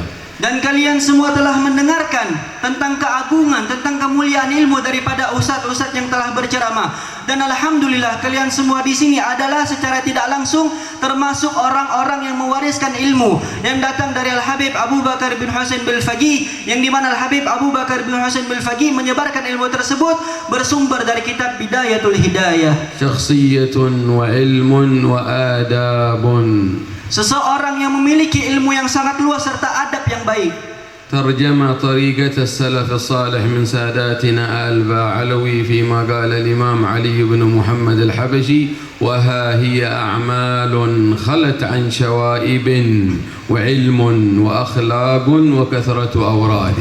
Dan juga Al-Habib Abu Bakar bin Husain Bil-Faqih menyebarkan daripada tariqah salaf yang di mana dikatakan oleh Imam Ali bin Muhammad bin Husain Al-Habashi, dan inilah tariqah yang bebas daripada sesuatu perkara-perkara yang tidak baik. Apa hal tersebut? Ilmu, amal, akhlak yang baik dan juga wirid yang banyak. مما قاله وترجمه الإمام الحداد في جوابه لتلميذه الإمام محمد بن زين الحبشي كما سمعتم لما سأله عن طريقة ساداتنا البعلوي الحضار ما هي طريقتهم؟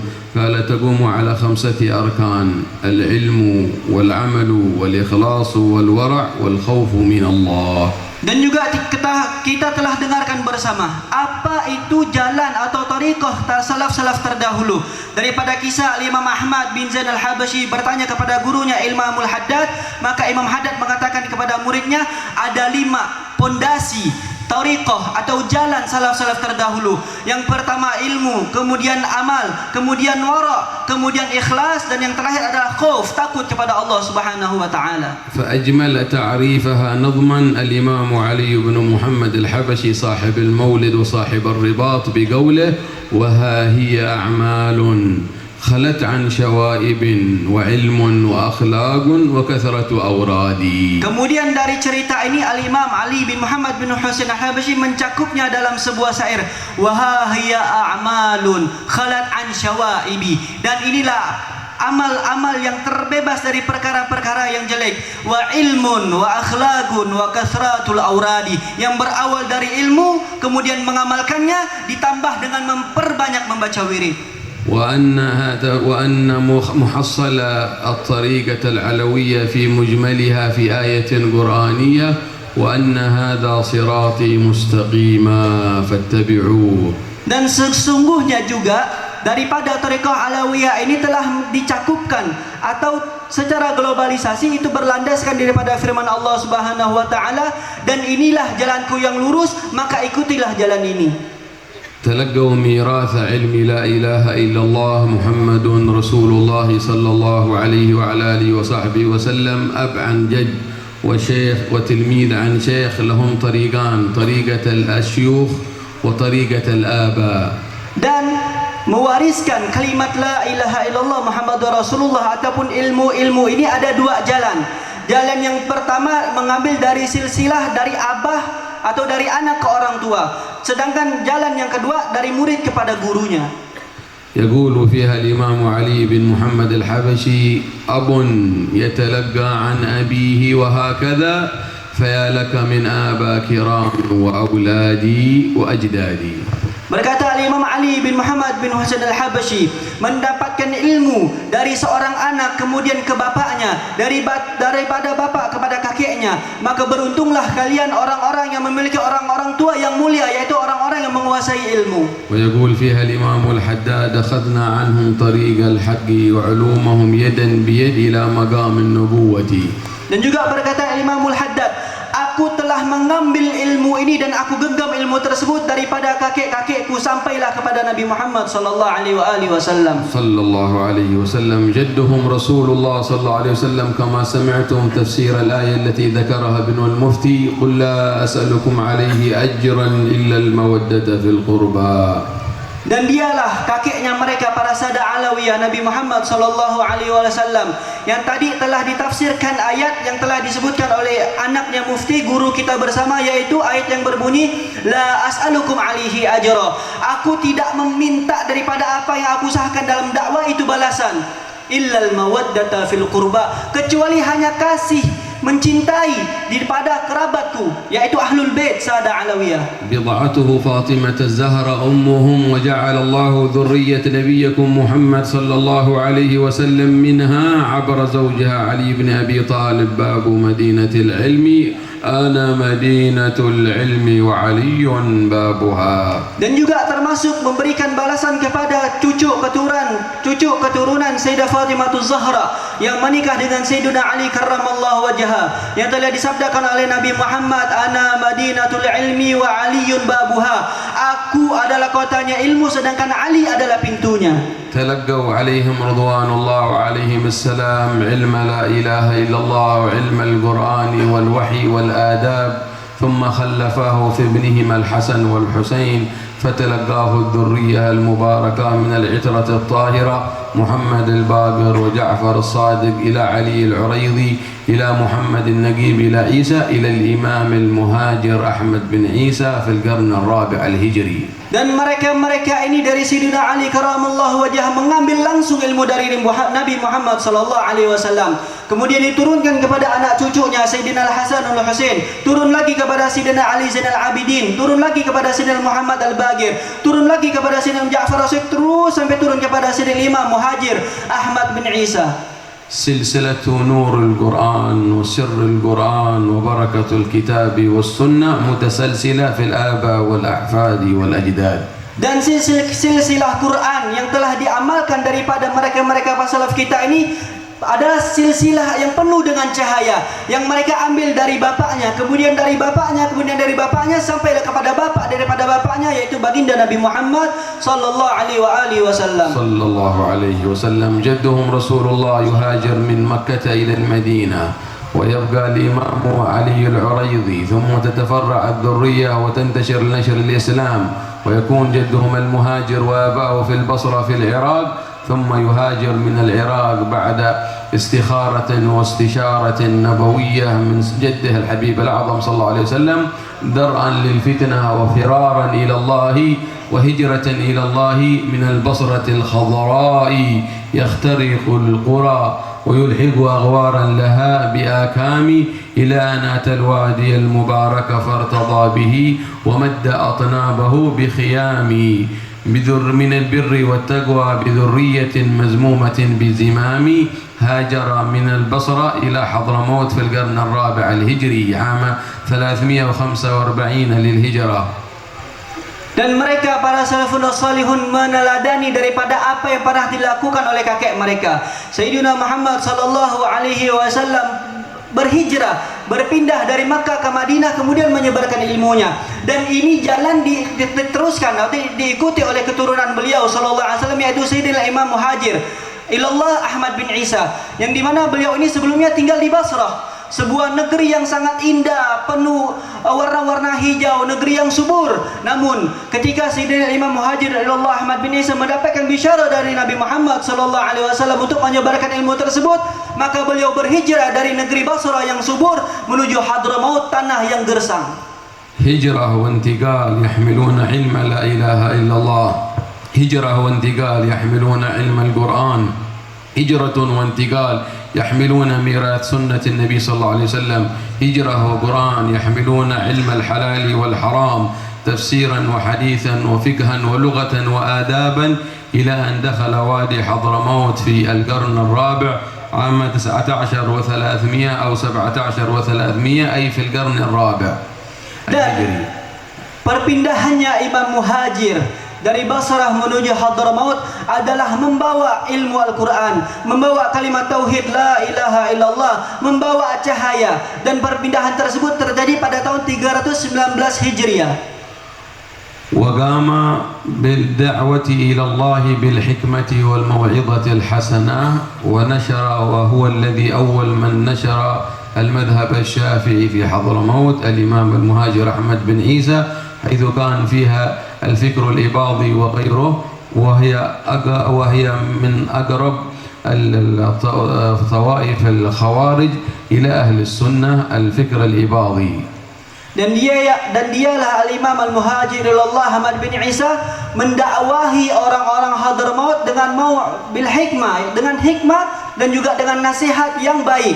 Bahkan Al-Imam Al-Muhajir ilallah Ahmad bin Isa adalah orang yang pertama kali menyebarkan madhab Syafi'i di negeri Hadramaut, juga menyebarkan thariqah daripada salaf-salafnya di negeri Hadramaut. وتفرع من أولاد ابن عبيد الله يوصيه أن يأخذ ويتلقى عن الشيخ أبو طالب المكي في مكة، ويرحل من حضرموت ابنه إلى مكة ويقرأ كتابه قوت القلوب ويعود إلى حضرموت.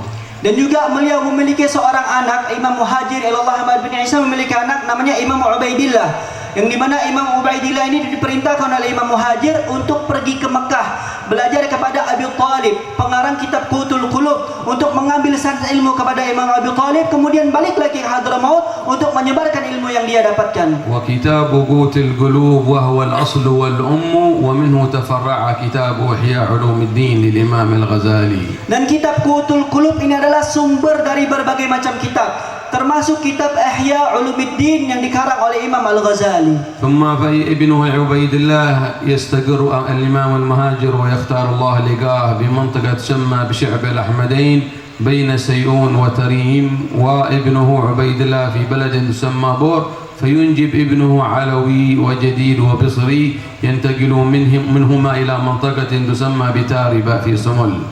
Kemudian Al-Imam Al-Muhajir Ahmad bin Isa meninggal dunia di daerah disebut Syi'ib Ahmadin, yaitu suatu daerah antara Tarim dan Sewun di tengah-tengahnya, atau juga dengan daerah Husaisah.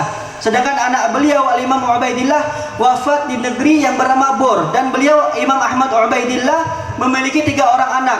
Yang pertama Alawi, yang kedua Jadid, dan yang ketiga Basri. وهذا علوي إذا قيل آل بعلوي جميعهم ينتسبون إلى علوي بن عبيد الله بن المهاجر حاملا راية علم لا إله إلا الله، علم القرآن، الدعوة إلى الله، كلهم هذا المنهج. Dan anak Imam Ubaidillah yang bernama Alawi adalah orang yang menjadi sandaran daripada segenap sada Alawiyah. Para Alawiyin kenapa disebut Alawiyin? Karena mereka disandarkan kepada Imam Alawi bin Imam Ubaidillah bin Imam Muhajir Ahmad bin Isa, dan dialah orang yang mengemban dakwah atau bendera panji Nabi Muhammad sallallahu alaihi wasallam di negeri Hadramaut. فينجب ابنه محمد، ومحمد ينجب علي بن علوي خالع قسم في القرن السادس، أول من دخل مدينة تريم علي بن علوي خالع قسم. Kemudian Imam Alawi memiliki anak bernama Muhammad. Kemudian Muhammad memiliki anak bernama Ali Khali' Qasam. Dan Imam Ali Khali' Qasam adalah orang yang pertama kali berdakwah Islam dengan tariqah salaf ke negeri Tarim. في القرن السادس كان دخول ساداتنا البعلوي إلى مدينة تريم بعد تنقلهم في هذه المراحل والهجرة. Dan pada gurun yang ke-6 berpindahnya daripada Sada Alawiyah mendakwahi menyebarkan ilmu-ilmu salafnya di negeri Hadramaut, wabil khusus di negeri Tarim. وسيدنا علي بن علوي ينجب بعده ابنه سيدنا محمد بن علي مولى مرباط، يهاجر من حضرموت إلى بلد ظفار بعمان حاملا مهاجرا بعلم لا إله إلا الله وسر لا إله إلا الله وأدب القرآن والسنة. Kemudian Sayyidina Imam Ali Khali' Qasam memiliki anak Muhammad Sahib Mirbat, yang dimana Imam Muhammad Sahib Mirbat ini hijrah pindah ke negeri Oman, sama tugasnya yaitu menyebarkan daripada Al-Quran, menyebarkan ilmu, mendakwahi semua orang-orang ada di sana dengan ilmu hal yang beliau miliki. سيدنا محمد بن علي مولى مرباط ينجب ولدين علي وعلوي، وحفيده شيخ الطريقة والحقيقة سيدنا الأستاذ الأعظم الفقيه المقدم محمد بن علي بن محمد بن علي مولى مرباط. Kemudian Imam Muhammad Sahib Mirbat atau Maula Mirbat memiliki 2 anak. Yang pertama Alawi, yang kedua Ali. Dan beliau memiliki cucu daripada anak Ali ini, yaitu Sayyidina Imam Al-Faqih Al-Muqaddam Muhammad bin Ali Ba'alawi bin Muhammad Sahib Mirbat, yang menyebarkan tariqah Sada Alawiyah di kota Tarim, juga menyebarkan tasawuf di sana. وهنا القرن السابع بدأت مرحلة جديدة في طريقة أسلافنا الصالحين تتأصل أصولها وقواعدها وعلمها، وتكون بما يسمى بالطريقة البعلوي في عهد سيدنا الأستاذ الأعظم الفقيه المقدم أب تريم.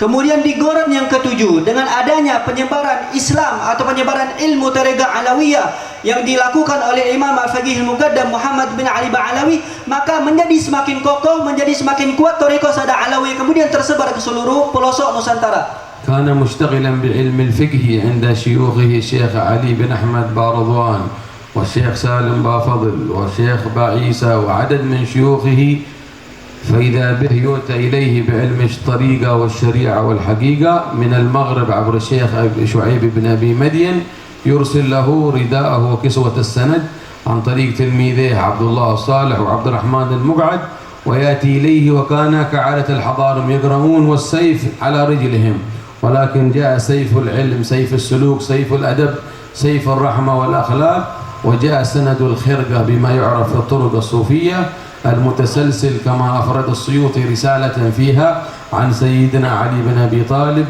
الحسن البصري عن سيدنا علي بن أبي طالب، عن سيدنا رسول الله، عن الملك جبرائيل، عن حضرة الملك الجليل، وتسلسل فيهم ودخل عليه وتلقى السند والخرقة والإجازة، وتحول من تعمق كبير وانحصار في الفقه والعلوم الشريعة إلى اتساع في أسرار علوم الشريعة بما يسمى بالطريقة، إلى اتساع في دقائقها وأسرارها بما يسمى بالحقيقة، فصار شريعة وطريقة وحقيقة، أي الإسلام وإيمان وإحسان. Al-Imam Al-Faqih Al-Muqaddam dulunya sebelum terkenal dengan ahli tasawuf, sebelum terkenal dengan ahli thariqah, beliau ini sangat mendalami ilmu fikih dan beliau belajar kepada gurunya, di antaranya Al-Imam Ali Baridwan, Syekh Ali Baridwan, Syekh Salim Bafadal, Syekh Ba'isa. Namun suatu ketika beliau hijrah ke suatu tempat bertemu dengan Syekh Abu Madian. Nah, dari Syekh Abu Madian inilah Al-Imam Al-Faqih Muqaddam mendalami ilmu tasawuf, thariqah dan lain-lain, sehingga ketika suatu hari Syekh Abu Madian berkunjung ke Hadramaut. Di saat itu Imam Faqih Muqaddam terletak di depannya pedang. Namun karena telah tertanam di dalam hatinya ilmu tasawuf, ilmu kelembutan, pedang tersebut pun dipatahkan oleh Imam Al-Faqih Al-Muqaddam, yang dimana sumber daripada ilmu tasawuf atau tariqah yang didapatkan oleh Imam Faqih Muqaddam bersumber daripada gurunya Abu Madian, kemudian diambil kepada gurunya Al-Imam Hasan Al-Basri, dan bersambung kepada Imam Ali bin Abi Thalib, bersambung kepada Sidina Rasulullah Muhammad sallallahu alaihi wasallam, kemudian bersambung kepada Sidina Jibril alaihissalam, dan bersambung kepada sumber segala sumber, yaitu Allah Subhanahu wa taala. Dan dari sinilah tersusun yang pertama syariat, kemudian tariqat, kemudian hakikat, yang dimana ini maknanya adalah yang pertama Islam, yang kedua iman, dan yang ketiga ihsan. وفي القرن السابع أيضا تفرع من ذرية عم سيدنا الفقيه من أولاده فريق فخيذة وبطن من البطون يسمون العظمة خان من ذرية عم الفقيه، وصلوا إلى جزر إندونيسيا في القرن السابع، ومنهم الشريف هداية من الأولياء التسعة الذين أدخلوا الإسلام إلى جزر إندونيسيا. Kemudian bercabang daripada keturunan Imam Faqih Muqaddam, tepatnya dari paman beliau, yang dimana memiliki seorang anak yang digelar dengan Azmat Khan. Dan gelar Azmat Khan ini mereka berhijrah atau berdakwah sampai ke negeri kita Indonesia. Di antara keturunannya salah satu dari Wali Songo yaitu Syarif Hidayatullah, Sunan Ampel, Surabaya. Naam. فانظروا إلى الهجرة والتلقي لحمل إرث القرآن والسنة وعلم السلوك والآداب، وانتشرت الطريقة فروعا وأصولا حتى وصل إليكم في من أركانها ورجالها الحبيب أبو بكر بن حسين بالفقيه من أسرة آل بالفقيه المتفرعة من ذرية علوي بن الفقيه المقدم، بنور الكتاب والسنة والآداب واتصال قلبي ذوقي عبر منهج كتاب بداية الهداية. تعاهد هو وأخوين معه على العلم والعمل وأن يعملا ويحفظا كتاب بداية الهداية وهم في المدينة. تعاهدنا على حفظه والعمل به. الحبيب أبو بكر بن حسين بالفقيه، والحبيب عبد الرحمن بن مصطفى العيدروس، والحبيب شيخ بن محمد الجفري في المدينة رسول الله. نوينا الدعوة إلى الله والعمل وتطبيق ما في كتاب بداية الهداية. هذا منهج السادات البعلوي. ثم يتعاهدون ينامون في ليلتهم كل منهم يرى رسول الله صلى الله عليه وسلم. Perhatikanlah bagaimana usaha daripada salaf-salaf kita, mereka mencari ilmu. Kemudian setelah mereka mencari ilmu, mereka berpindah dari satu tempat ke tempat lainnya untuk menyebarkan ilmu tersebut. Maka sampai datanglah kepada kita, khususnya negeri Aceh ini, Al-Habib Abu Bakar bin Husain Al-Faqih dengan menyebarkan ilmu bersumber dari kitab Bidayatul Hidayah, yang dimana beliau ini sebelumnya tinggal di Madinah bersama 3 temannya. Pertama Al-Habib Abu Bakar bin Husain Al-Faqih, kemudian Al-Habib Abdurrahman bin Mustafa Al-Idrus, Habib Syekh bin Muhammad Al-Jufri, kemudian yang ketiga Al-Habib Syekh bin Muhammad Al-Jufri. Mereka bertiga ini saling berjanjian kita bersama-sama dalam perjanjian itu, ayo sama-sama kita mengamalkan kitab Bidayatul Hidayah yang ada di hadapan kita sekarang. Subhanallah, semua daripada mereka mendapatkan bisyarah langsung dari Nabi Muhammad SAW di dalam mimpi mereka. فكأن الإمام الحبيب أبو بكر بن حسين بالفقيه يقول لكم التعريف بنا يا للبعلوي والطريقة هو كتابنا ومنهجنا بداية الهداية للإمام الغزالي. Seakan-akan Al-Imam Al-Habib Abu Bakar bin Hasan Bil-Faqih mengatakan, hei orang-orang, ketahuilah bahwasanya jalannya kita ini sumbernya ada di kitab Bidayatul Hidayah lil Imam Al-Ghazali. من يريد أن يعرف الطريقة العلوية حقيقة يا أهل آسيا وأندونيسيا فهو في كتاب بداية الهداية. هذه رسالة الحبيب أبو بكر بن حسين بالفقيه. Beliau mengatakan, kalau kalian ingin mengetahui hakikat daripada Tariqah Sadah Alawiyah, itu ada di dalam kitab Bidayatul Hidayah. ما هي طريقتهم؟ القسم الأول منها فعل الطاعات، يفعلون الطاعات. القسم الثاني ترك المنهيات، يتركون كل منهي. القسم الثالث آداب الصحبة مع الخالق ومع المخلوق. Apa jalan atau hakikat daripada Tariqah Alawiyah? Itu tercatat di dalam kitab Bidayatul Hidayah. Susunan bab pertama itu ilmu. Kemudian yang kedua, meninggalkan perkara-perkara maksiat.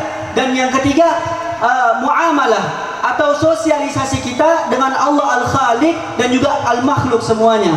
فحقيقة بداية الهداية شرح أركان الطريقة العلوية: العلم، العمل، الإخلاص، الورع، الخوف من الله، في أقسام بداية الهداية الثلاثة. Sesungguhnya kitab Bidayatul Hidayah ini mencakup dan menjelaskan 5 pondasi Tariqah Sadah Alawiyah yang tadi disebutkan: ilmu, amal, wara, ikhlas, dan khauf. Kemudian dipersempit atau diikhtisar, diringkas oleh Imam Ghazali di dalam kitab Bidayatul Hidayah dengan ilmu, mengamalkannya, kemudian meninggalkan maksiat, dan yang ketiga, sosialisasi yang baik dengan Allah Subhanahu wa taala dan kepada semua makhluknya. وهو الذي بداية الهداية سيوصلك إلى المرجع الكبير لساداتنا البعلوي، وهو كتاب إحياء علوم الدين.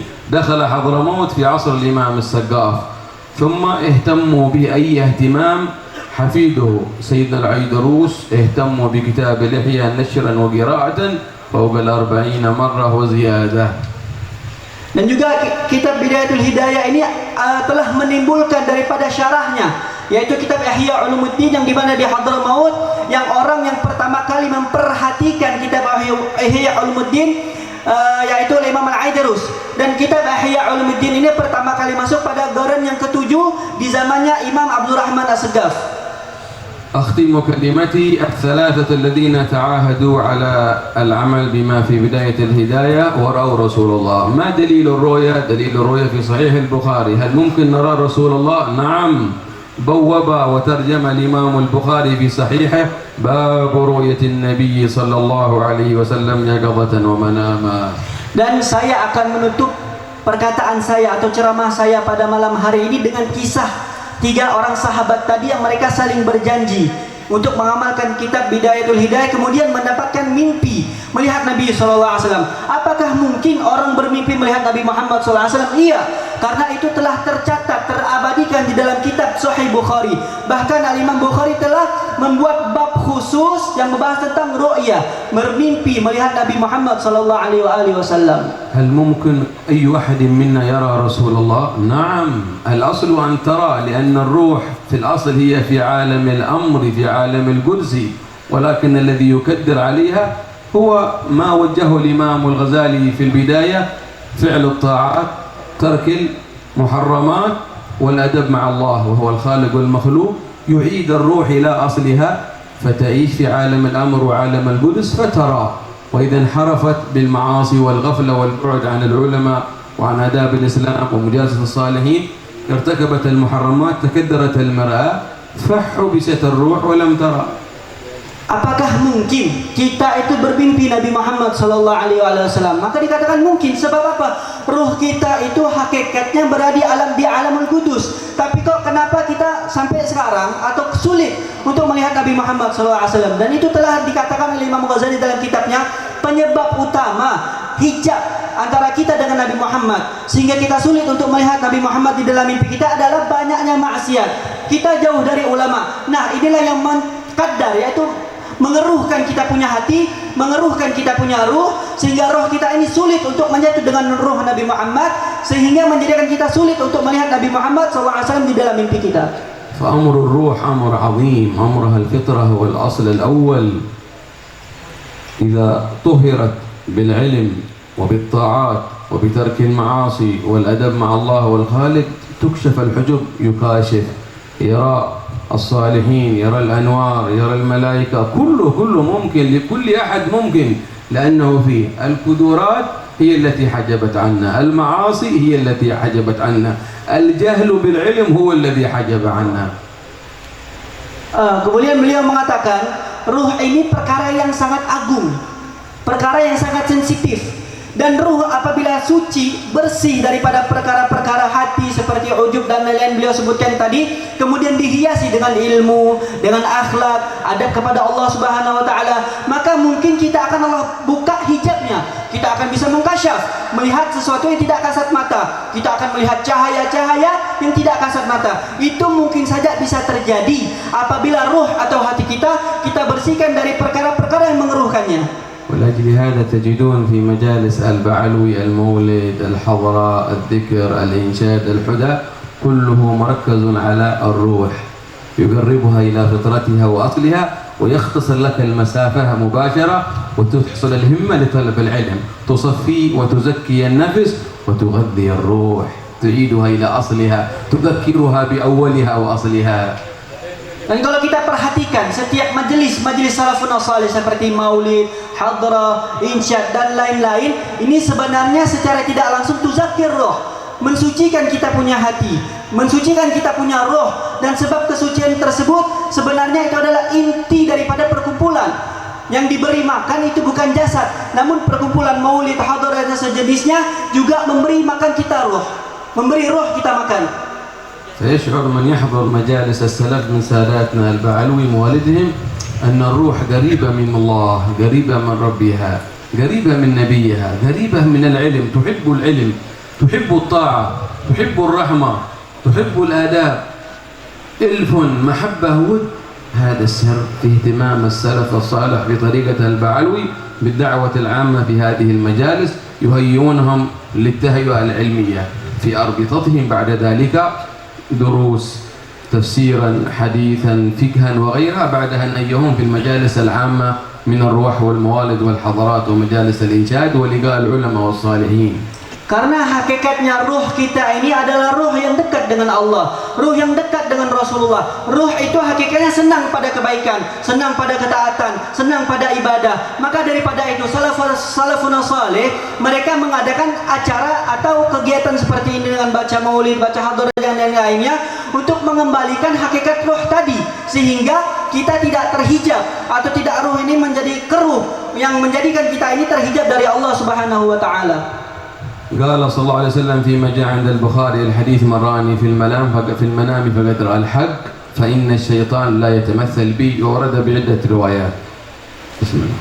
Nabi Muhammad sallallahu alaihi wasallam bersabda yang terabadi ke dalam kitab Sahih Bukhari, benar apabila ada orang telah melihatku, dia sungguh telah melihatku, karena setan itu tidak mampu di dalam mimpi menyerupai diriku. نعم. فالثلاثة الحبايب لما يناموا يروا رسول الله. الحبيب عبد الرحمن بن مصطفى العيدروس يرى رسول الله صلى الله عليه وسلم، فرح مستبشر أنه عمل بما في بداية الهداية وعزم وتعهد على حفظها والعمل ونشرها. أنت توجه إلى مصر، خذ هذه السفينة، أي سؤال يأتي إليك افتح أوراق بيضاء تجد الجواب فيها. الحبيب شيخ بن محمد الجهري، أنت توجه إلى الهند، خذ هذا الصحن، أكرم المساكين والفقراء والضيوف وتحل البركة. الحبيب أبي بكر رسول الله يرسله إلى جهة آشي، آشي محل نظر رسول الله. الله هنيئا يا أهل آشي. آشي حوت كل شيء، آشي شيء لا كشيء. توجه يا حبيب ابني أبو بكر بن حسين إلى آشي، خذ عصا تضرب بها البركة تحل والنفع وتكون عونا لك، فاضرب بعصاك الحجر فانبجزت منه 12 عينا، واضرب بعصاك البحر سيدنا موسى، هي عصاي توكأ عليها وهش بها على غنمي ولي فيها مآريب. يتوجه بإشارة رسول الله صلى الله عليه وسلم إليكم ويسكن هذا الحبيب ففتحكم يا لاشي في كتاب بداية الهداية قرروه واحفظوه ودققوه وحرروه وحققوه وانظروا للأمر وسرعة الفتح. Kemudian beliau melanjutkan cerita 3 habaib ini yang karena mereka menghafal kitab Bidayatul Hidayah, mengamalkannya dan menyebarkannya, mereka bermimpi melihat Nabi Muhammad SAW. Dimulai dari Al-Habib Abdurrahman bin Mustafa Al-Idrus. Dia di dalam mimpinya Nabi Muhammad SAW memberikan safinah seperti notis, buku kecil yang kata Rasulullah, ente bawa buku kecil ini pergi ke Mesir. Di Mesir sana setiap kali ada pertanyaan apa saja tentang ilmu, jawabannya ada di buku ini. Kemudian yang kedua, Al-Habib Syekh bin Muhammad Al-Jufri. Di dalam mimpinya Nabi Muhammad SAW memberikan dia ini mangkok. Kemudian Nabi Muhammad mengatakan, wahai Syekh bin Muhammad Al-Jufri, kau pergi ke daerah Hindi. Di sana engkau beri makan semua orang-orang miskin dengan mangkok yang aku berikan ini. Dan yang ketiga, Al-Habib Abu Bakar bin Husain Bil-Faqih di dalam mimpinya bertemu Rasulullah SAW, diberikan sebuah tongkat dan Rasulullah SAW memerintahkan beliau Al-Habib Abu Bakar bin Husain Bil-Faqih untuk pergi atau hijrah di kota Aceh. Yang beliau katakan Aceh hawat kulla syai', mencakup segala sesuatu. Aceh syai' kulla syai'. Aceh ini segala sesuatu yang tidak ada semisal bandingannya. Maka daripada itu beliau menghimbau, beliau mengatakan, ketahuilah wahai orang-orang Aceh, futuhnya kalian, pembukaan ilmu pada kalian itu ada pada kitab Bidayatul Hidayah. Maka hafalkanlah, amalkanlah, sebarkanlah, perdalamlah kitab Bidayatul Hidayah. Kalau kalian semua orang Aceh ingin mendapatkan futuh dari Allah Subhanahu wa ta'ala. فلا يفوت أحدكم كلما زار الحبيب أبو بكر أن يجعل له وقف في بداية الهداية ويقرأ ما تيسر حتى يختمها جميعها عنده، ولا يفوت قراءتها في الأربطة والمعاهد وقراءة شروحها. Maka jadikanlah setiap kali kalian berziarah ke makam Al-Habib Abu Bakar bin Husain Bil-Faqih itu membaca kitab Bidayatul Hidayah. Bahkan kalau bisa di setiap pesantren-pesantren, madrasah-madrasah yang ada di Aceh harus wajib membaca kitab Bidayatul Hidayah. Kalau bisa dibuat khataman khusus, acara khusus khataman kitab Bidayatul Hidayah. ونحن جينا إليكم من مدينة سيئون بحضرموت من رباط العلم الشريف نبلغكم سلام سيدنا وشيخنا الحبيب المنصب علي بن عبد القادر الحبشي وجميع مشيخة الرباط ومعلميه وطلابه وجميع علماءنا ومناصبنا ودعاتنا في مدن حضرموت الأخرى تريم والحوطة وقسم وعينات وحريضة، ونبلغكم من بلغنا السلام إليكم وود ومحبة من لم يبلغنا السلام إليكم من سائر مدن حضرموت، وهم يحبونكم ويدعون لكم ولهم قلوب متعلقة بالحبيب أبو بكر بن حسين بالفقيه وبكم مثل ما أنتم متعلقون بحضرموت سيون وتريم والحوطة وقسم وعينات وحريضة وساحلها وواديها وجميع مدنها. Kami datang ke sini, ke negeri Indonesia dari negeri Seyun Hadramaut, juga ingin menyampaikan salam. Yang pertama dari abah beliau sendiri, Al-Habib Al-Munsib Ali bin Abdul Qadir bin Muhammad bin Husain bin Ali bin Husain Al-Habashi, Al-Habib Al-Munsib Ali bin Abdul Qadir bin Muhammad bin Imam Ali bin Muhammad bin Husain Al-Habashi. Juga beliau menyampaikan salam daripada segenap ulama Hadramaut yang ada di Tarim, yang ada di Gasam, yang ada di Huraidho dan semua daerah-daerah di Hadramaut. Karena Al-Habib Muhammad ini sebelum safar di dakwah ke Indonesia, beliau silaturahmi kepada setiap ulama-ulama yang ada di Hadramaut, dan rata-rata ulama di Hadramaut mengatakan, sampaikan salam kami kepada rakyat Indonesia karena kami mencintai rakyat Indonesia. Bahkan juga ulama-ulama Hadramaut ini memiliki hubungan hati, ta'alluq hati, ikatan batin antara mereka ulama Hadramaut dengan Al-Habib Abu Bakar bin Husain Bil-Faqih. أسأل الله أن يرحمنا بجمعنا رحمة عامة واسعة يجمع الأمة بها شملنا، وكما جمعنا هذا الجمع يجمعنا تحت ظل العرش يوم لا ظل إلا ظله وفي مقعد صدق عند مليك مقتدر. يا الله يا جامع، اللهم يا جامع الناس اليوم لا ريب فيه إنك لا تخلف الميعاد.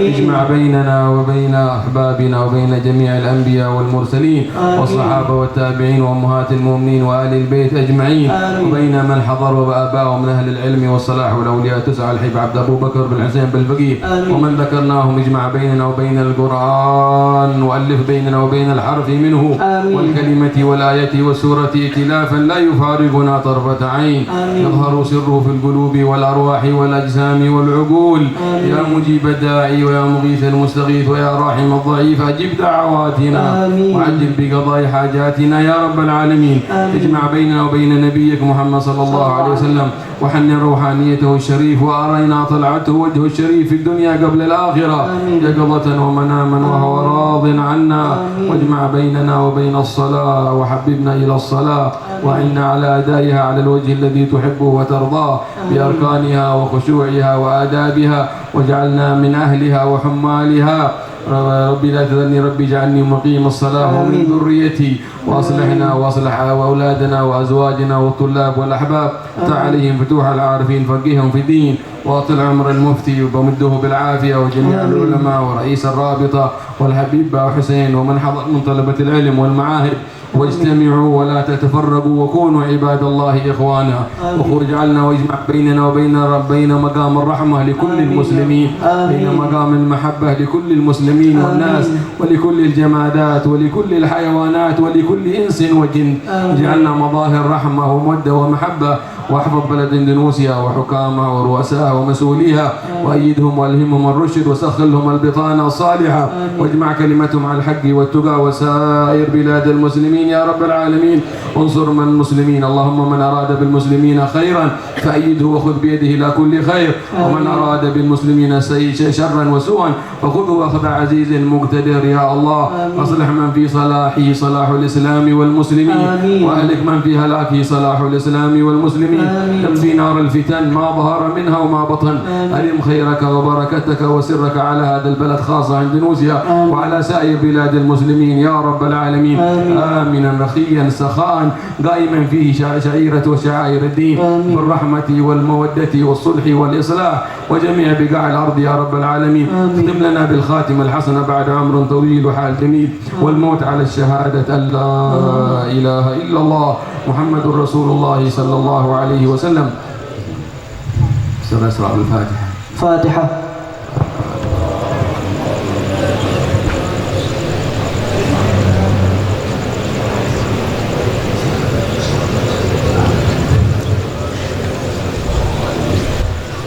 لا إله إلا الله. لا إله إلا الله. لا إله إلا الله. لا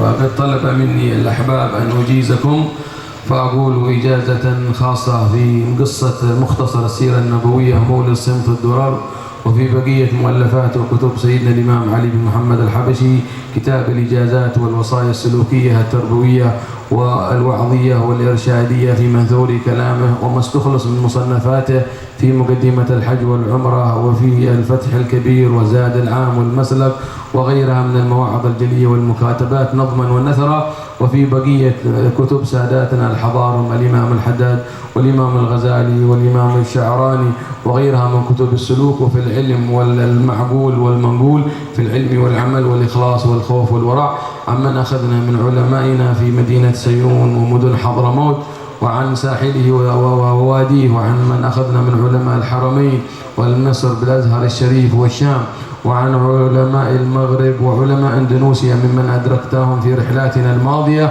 أجزتكم فيما أجازوني وأسمعكم حديث المسلسل بالرحمة والمحبة ليبقى شعارنا المحبة والرحمة.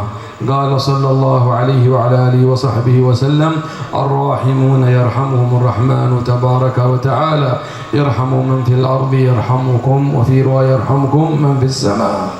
وقال صلى الله عليه وعلى آله وصحبه وسلم: يا معاذ إني أحبك فلا تدع أن تقول دبر كل صلاة اللهم أعني على ذكرك وشكرك وحسن عبادتك. Qabilnal ijazah. Tadi beliau sebelum menutup ceramahnya memberikan ijazah kepada kita semua, mulai dari ijazah Maulid Simtud Duror atau semua karangan Imam Habsyi, dari wasiat-wasiatnya, mukatabatnya, tulisan-tulisannya. Juga beliau mengijazahkan kepada kita dua hadis Nabi Muhammad SAW. Yang pertama disebut hadis Ar-Rahmah, yaitu yang berbunyi: Ar-Rahimun yarhamuhumur Rahman wa tabaraka wa ta'ala, irhamu man fis sama' yarhamkum. Dan sebagai riwayat yarhamukum man irhamu man fil ard, irhamu man fil ardi yarhamkum. Di riwayat lain yarhamukum man fis sama'. Ini hadis rahmah. Yang kedua disebut hadis mahabbah, yaitu ketika Rasulullah SAW mengatakan kepada sahabatnya Sayyidina Mu'adz bin Jabal, wahai Mu'adz, aku mencintaimu. Kemudian wasiat dari Rasulullah kepada sahabat Mu'adz, jadikanlah atau jangan lupa setiap selesai sholat kau katakan Allahumma a'inni ala dzikrik wa syukrik wa husni ibadatik. Dan ijazah tersebut kita terima dengan mengatakan qabilna ijazah.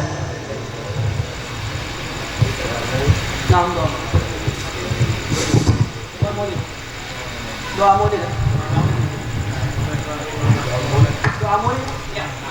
بسم الله. اللهم صل وسلم وبارك عليه صلى الله عليه. بسم الله الرحمن الرحيم. الحمد لله رب العالمين. اللهم صل وسلم على سيدنا محمد في الأولين، اللهم صل وسلم على سيدنا محمد في الآخرين، اللهم صل وسلم على سيدنا محمد في كل وقت وحين، اللهم صل وسلم على سيدنا محمد في الملأ الأعلى إلى يوم الدين، اللهم صل وسلم على سيدنا محمد خاتم النبيين، اللهم صل وسلم على سيدنا محمد وعلى آله وصحبه أجمعين. ولما نظم الفكر من ذراري الأوصاف المحمدية عقودا، توجهت إلى الله متوسلا بسيدي وحبيبي محمد صلى الله عليه وآله وسلم أن يجعل سعي فيه مشكورا وفعلي فيه محمودا، وأن يكتب عملي في الأعمال المقبولة وتوجهي في التوجهات الخالصة والصلات الموصولة. اللهم يا من إليه تتوجه الآمال فتعود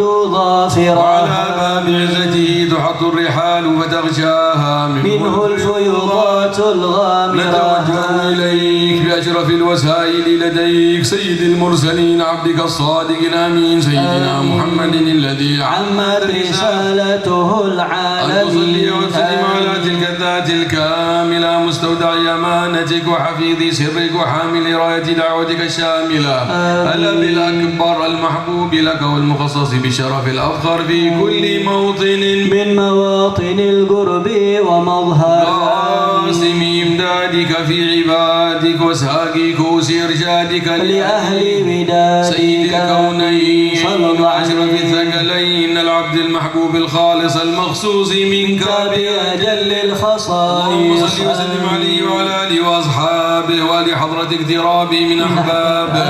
اللهم إنا نقدم إليك جاه هذا النبي الكريم ونتوسل إليك بشرف مقامه العظيم، تلاحظنا بحركاتنا وسكناتنا بعين عنايتك، وتحفظنا في جميع أطوارنا وتقلباتنا بجميل رعايتك وحصين وقايتك، وتبلغنا من شرف القرب إليك وإلى هذا الحبيب غاية آمالنا، وتتقبل منا ما تحركنا فيه من نياتنا وأعمالنا، وتجعلنا في حضرة هذا الحبيب من وفي الحاضرين، طرائق اتباعه من السائلين، ولحقك وحقه من المؤدين، ولعهدك من الحافظين. اللهم إن لنا أطماعا في رحمتك الخاصة فلا تحرمنا، وظنونا جميلة هي وسيلتنا إليك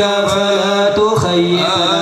آمنا بك وبرسولك رسولك وما جاء به من الدين وتوجهنا به إليك مستشفعين أن تقابل المذنب منا بالغفران بالإحسان بما سأل والمؤمل بما أمل وأن تجعلنا ممن نصر هذا الحبيب ووزره وظاهره ببركته وشريف وجهته أولادنا ووالدينا وأهل قطرنا ووادينا وجميع المسلمين والمسلمات والمؤمنين والمؤمنات في جميع الجهات آمين. وأدم راية الدين القويم في جميع الأقطار منشورة وأدم راية الدين القويم في جميع الأقطار منشورة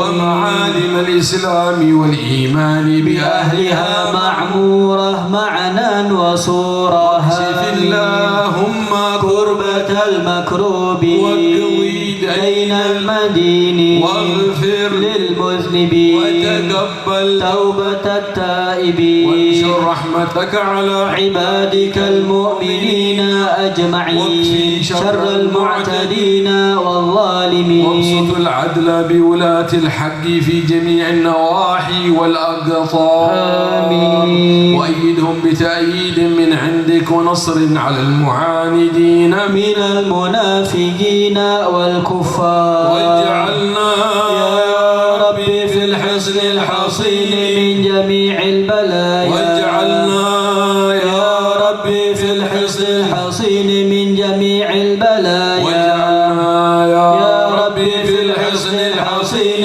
من جميع وفي البلايا الحرز المكين من الذنوب والخطايا وادمنا في العمل بطاعتك والصدق في خدمتك قائمين وإذا توفيتنا فتوفنا مسلمين مؤمنين واختم لنا منك بخير أجمعين وسلم على هذا الحبيب المحبوب للأجسام والأرواح والقلوب وعلى آله وصحبه ومن إليه منسوب وآخر دعوانا أن الحمد لله رب العالمين سبحان ربك رب العزة عما يصفون وسلام على المرسلين والحمد لله رب العالمين إن الله وملائكته يصلون على النبي يا أيها الذين آمنوا صلوا عليه وسلموا تسليما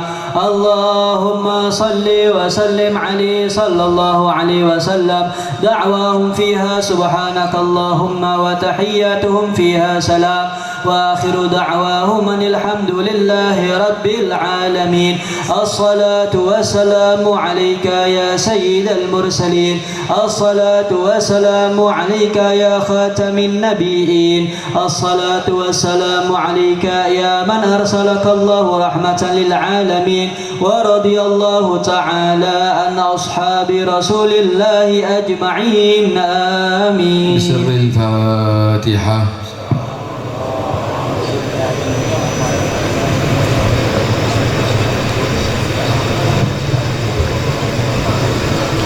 الحمد لله رب العالمين اللهم صل وسلم على سيدنا محمد وعلى ال سيدنا محمد وسيلة العظمى اليك زيابة ما دعونا وتحقيق ما رجونا واغفر ما جنينا وعلى اله وصحبه ومن والاه اللهم انا نبات نعمتك فلا تجعلنا حصاد نقمتك نسالك من خير ما سالك من عبدك ورسولك ونبيك سيدنا محمد صلى الله عليه وصحبه وسلم ونستعيذك من شر ما استعاذك من عبدك ورسولك ونبيك وسلم يا مالك الدنيا والاخره صلى الله على سيدنا وهدينا ونبينا محمد النبي الامي الحمد لله رب العالمين.